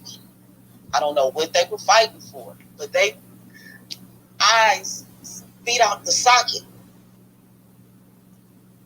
I don't know and don't care. I don't want to see that. I will call the police on your ass. If it's two men fighting, if they outside and I see it, I'll call the police. If it's two women, I'm going to call the fucking police. Excuse me. No F-bombs, but go ahead. Yeah, that's why I said excuse me. I will. And I remain anonymous. The police say, hey, do you want to leave your name and number? No. But I'm going to tell you where the location is so that you can go and call. And I even will call, when I call the police, I'll call the ambulance. Because somebody need help. I don't know what their situation is. When I leave, I don't care. But I don't want to see that. I have a daughter. And I tell her already, anybody ever think about it, I will go to jail. That's point blank. Because I'm 50-some years old. I ain't ever let nobody beat on me. Ever. And even when my own family female members was in those situations, we all about to jump on somebody. I've always been told if you in a situation like that and they start hitting on you, they not gonna stop. When I was growing up in the 70s and the 80s and people were married, see, the police didn't rush out to come and defend, whoever was in the situation until OJ. When OJ killed that woman, then all of a sudden domestic violence became, we're going to, try to prevent these situations and take a little more care to the situations. And then when women were, taking, the situations in their own hands and, murking the man who was causing the harm to them. Hey, women in prison serving 25 years for a man who kept continuously putting his hands on her. And, sometimes people just don't have it there. They just don't. And sometimes you get in a situation because you say, oh, I love him, or, and excuse me, they digging them down, and they for some reason can't get over that. Like, ain't no more dig out in the world. Like, you can't even become absent, or even practice celibacy, or even just take the time to remove yourself from them situations and just find who you are on both sides. I've seen it, and I've seen women go into emergency rooms with cracked ribs, broken jaws, concussions. That is not cool at all. I don't care whose fault it is. It is not cool at all. That's heartbreaking to watch. I had neighbors every weekend. It seemed like all they did was just fight. Police come out. They just fight. And then it got to the point he started sleeping in his car outside. And the police told him it's okay for him to sleep outside as long as, he don't go back in the house. But then he sleep out there long enough in the car, and then he was a meth head.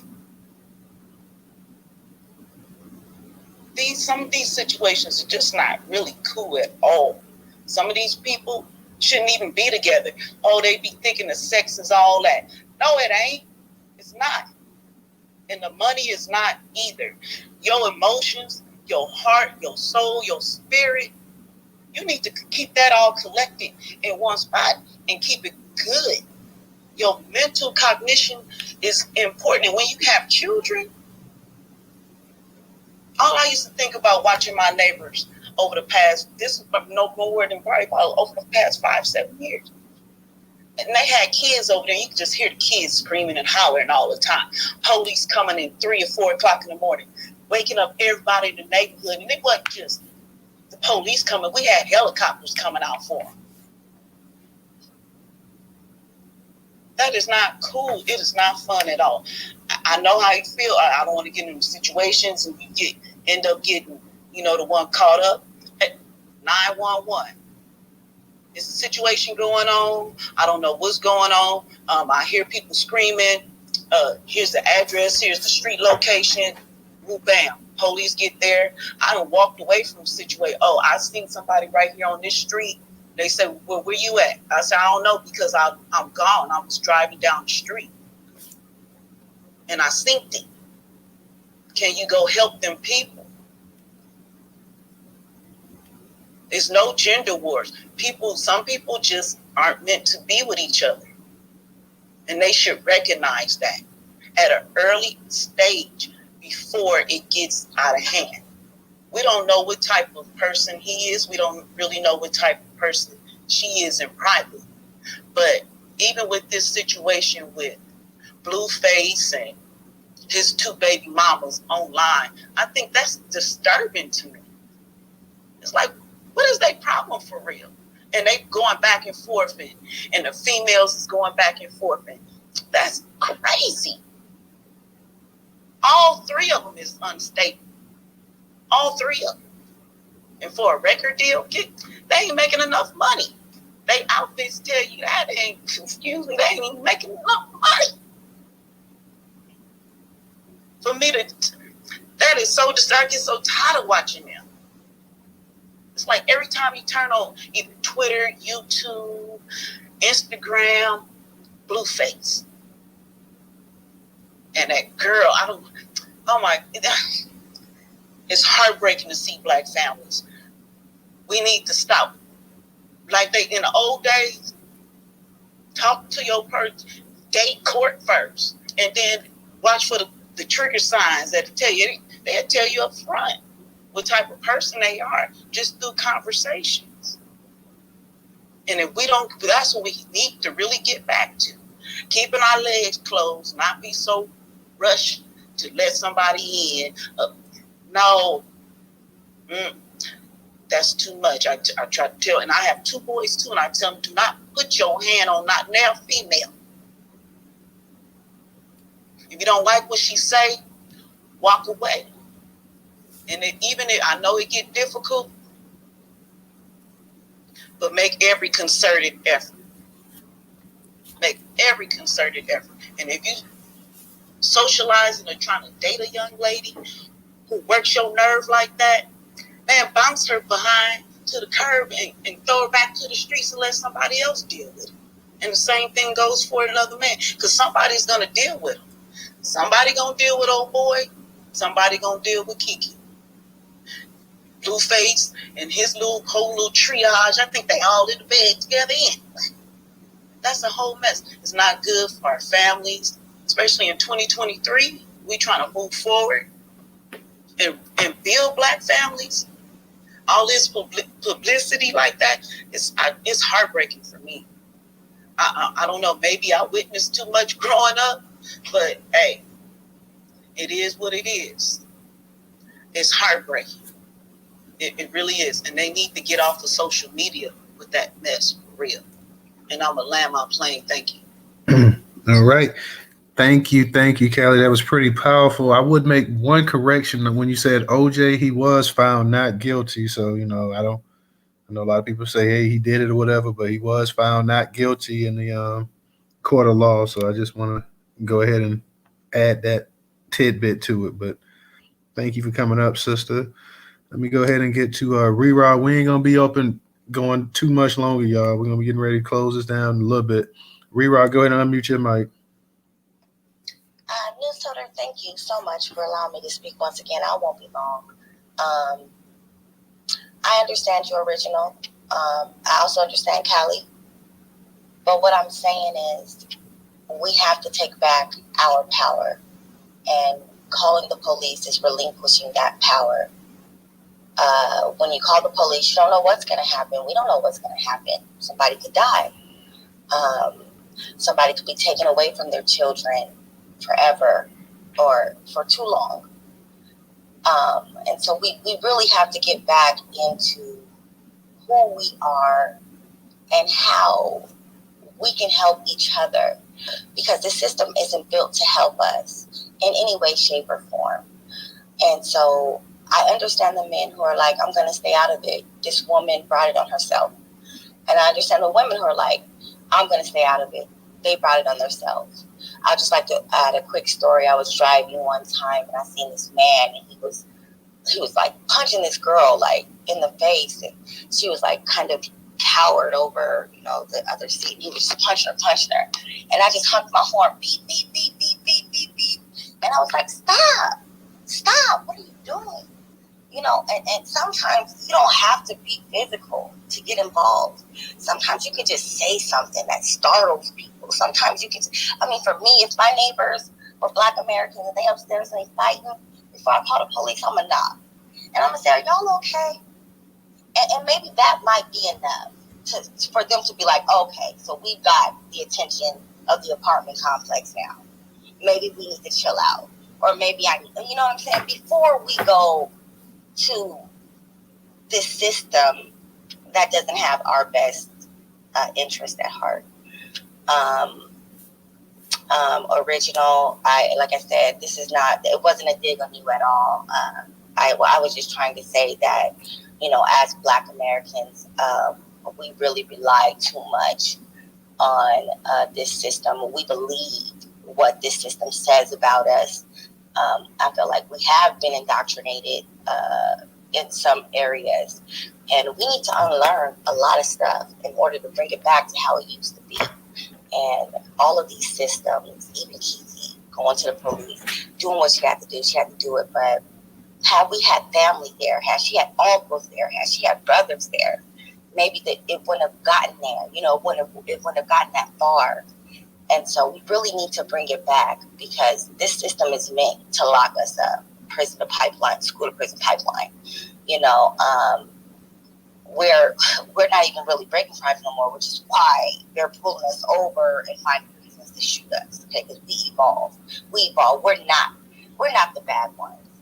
And I truly truly, truly believe that it's not us, that we're not the bad ones. I think that we're easily indoctrinated and we're easily riled up, by other situations, but it's not necessarily, coming from our community.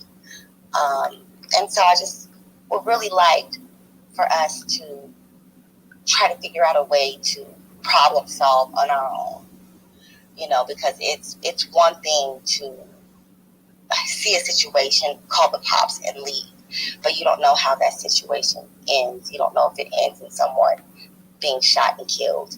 And the last thing we need is more brothers and sisters being locked up or shot and killed, so that they can just replay that news clip over and over and over again and show us how much they don't care about us, And so no, I don't think that it's a gender thing within us, but I think that sometimes we get caught up and we just it's social media. I'm so happy that I met my husband before social media. Seriously, because we've managed to figure out a way to not be a part of it like that. Not to be caught up in these gender wars, not to be caught up in all of this stuff. We argue, but I don't call the police. I would never call the police on my husband. You would never call the police on me. Like, we're not doing that. If we can't problem solve, then yeah, everybody's gonna have to come into our communities and tell us what to do. Period. Until we can problem solve, until we can do it for ourselves, it's always going to lead back to prison. It's always going to lead back to death. It's always going to lead back to that. So I'm going to land there, and I love all of you, and I'm not picking on anybody. I'm just, saying what I have to say. Nothing is geared towards anyone. Please don't take anything that I say personally. I'm just trying to figure out a way for us to understand that it is us that we need. It is us who are going to provide justice for us. And it should be us providing justice for us. And I'll end there. Thank you so much. All right. Thank you, Rera. Callie Shism, I'm going to get ready to close it out. So I'm going to give you 1 minute, and then because I'm going to get the DJ and let him go, and then we're going to close this out for the night. So just go ahead for a minute, and then we're going to move on to DJ so we can close it out for the night. Okay. Thank you for letting me speak again. I'm calling the police, period. So I don't take it personal. Again, I've witnessed way too much. Now, the neighbors were across the street. 3 o'clock in the morning, helicopters, lights flashing. Everybody come out the house. Week after week, that's annoying. I'm not going over to your house, knocking on your door, asking you nothing. Because you already know you shouldn't be beating on that woman. And then this the other thing, they were Hispanic. So for me, I don't care if white, black, Chinese, Mexican, Oriental, it don't matter.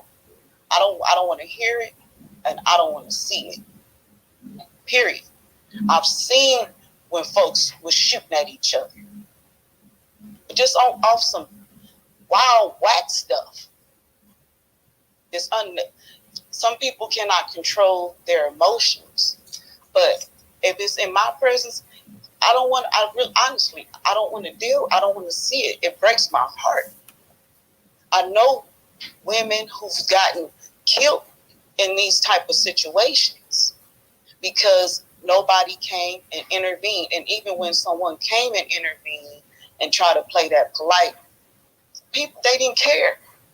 When I walked by a guy just beating the dog crap out of a woman. He didn't care. They was outside. He didn't care if people was watching them. Didn't care at all. But who am I not to call at least the ambulance? He could have just beat her dog dead without even having to use a weapon. That's the worst situation. Then if she had kids, even they had kids together, somebody's going to be without a parent. I have a young niece who, for some reason, just because she didn't want to be with the father of her kid anymore, he ran that girl over and broke her hip. That's not cool at all. Because you can't control your emotions because somebody don't want to be with you anymore.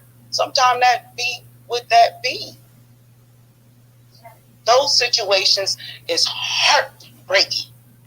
And when I got the call, she laid up in the hospital with a body cast on. Where the kid at? Department of Social Service had to come pick up the child. Those situations is not cool for nobody. And those are real life situations. They happen every day, all day. People next door to people across the street, they be knowing what be going on in people's households because they can hear it through the walls. It's heartbreaking.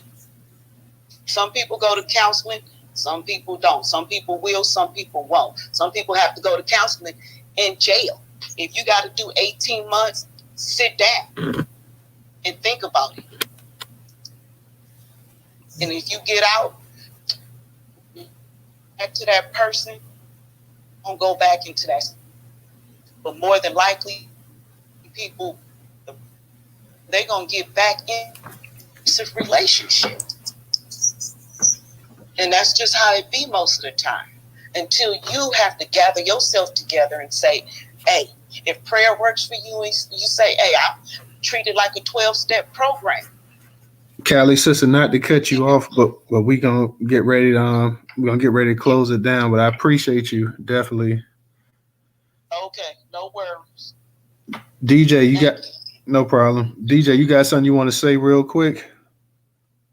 Yeah, Darius is guilty of XYZ ABC, beat his ass straight up because I'm not playing none of that crap. You know what I'm saying? And I don't understand how Kevin Samuels is involved in this. Kevin Samuels don't got no DP charges on his jacket. So you ain't no need to bring that up. But let's keep it real. The reason why that is brought up because we done told y'all women all the way back in grade school days. You know what I'm saying? Don't mess with Tyrone over there. He a thug. He don't want nothing good out of his life. Don't you see that? But no, I love that knacker. That's my baby daddy. I never let him go. And Eric Adams, hey, man, white people try to warn you, fam. Reparations in Atlanta, you know what I mean?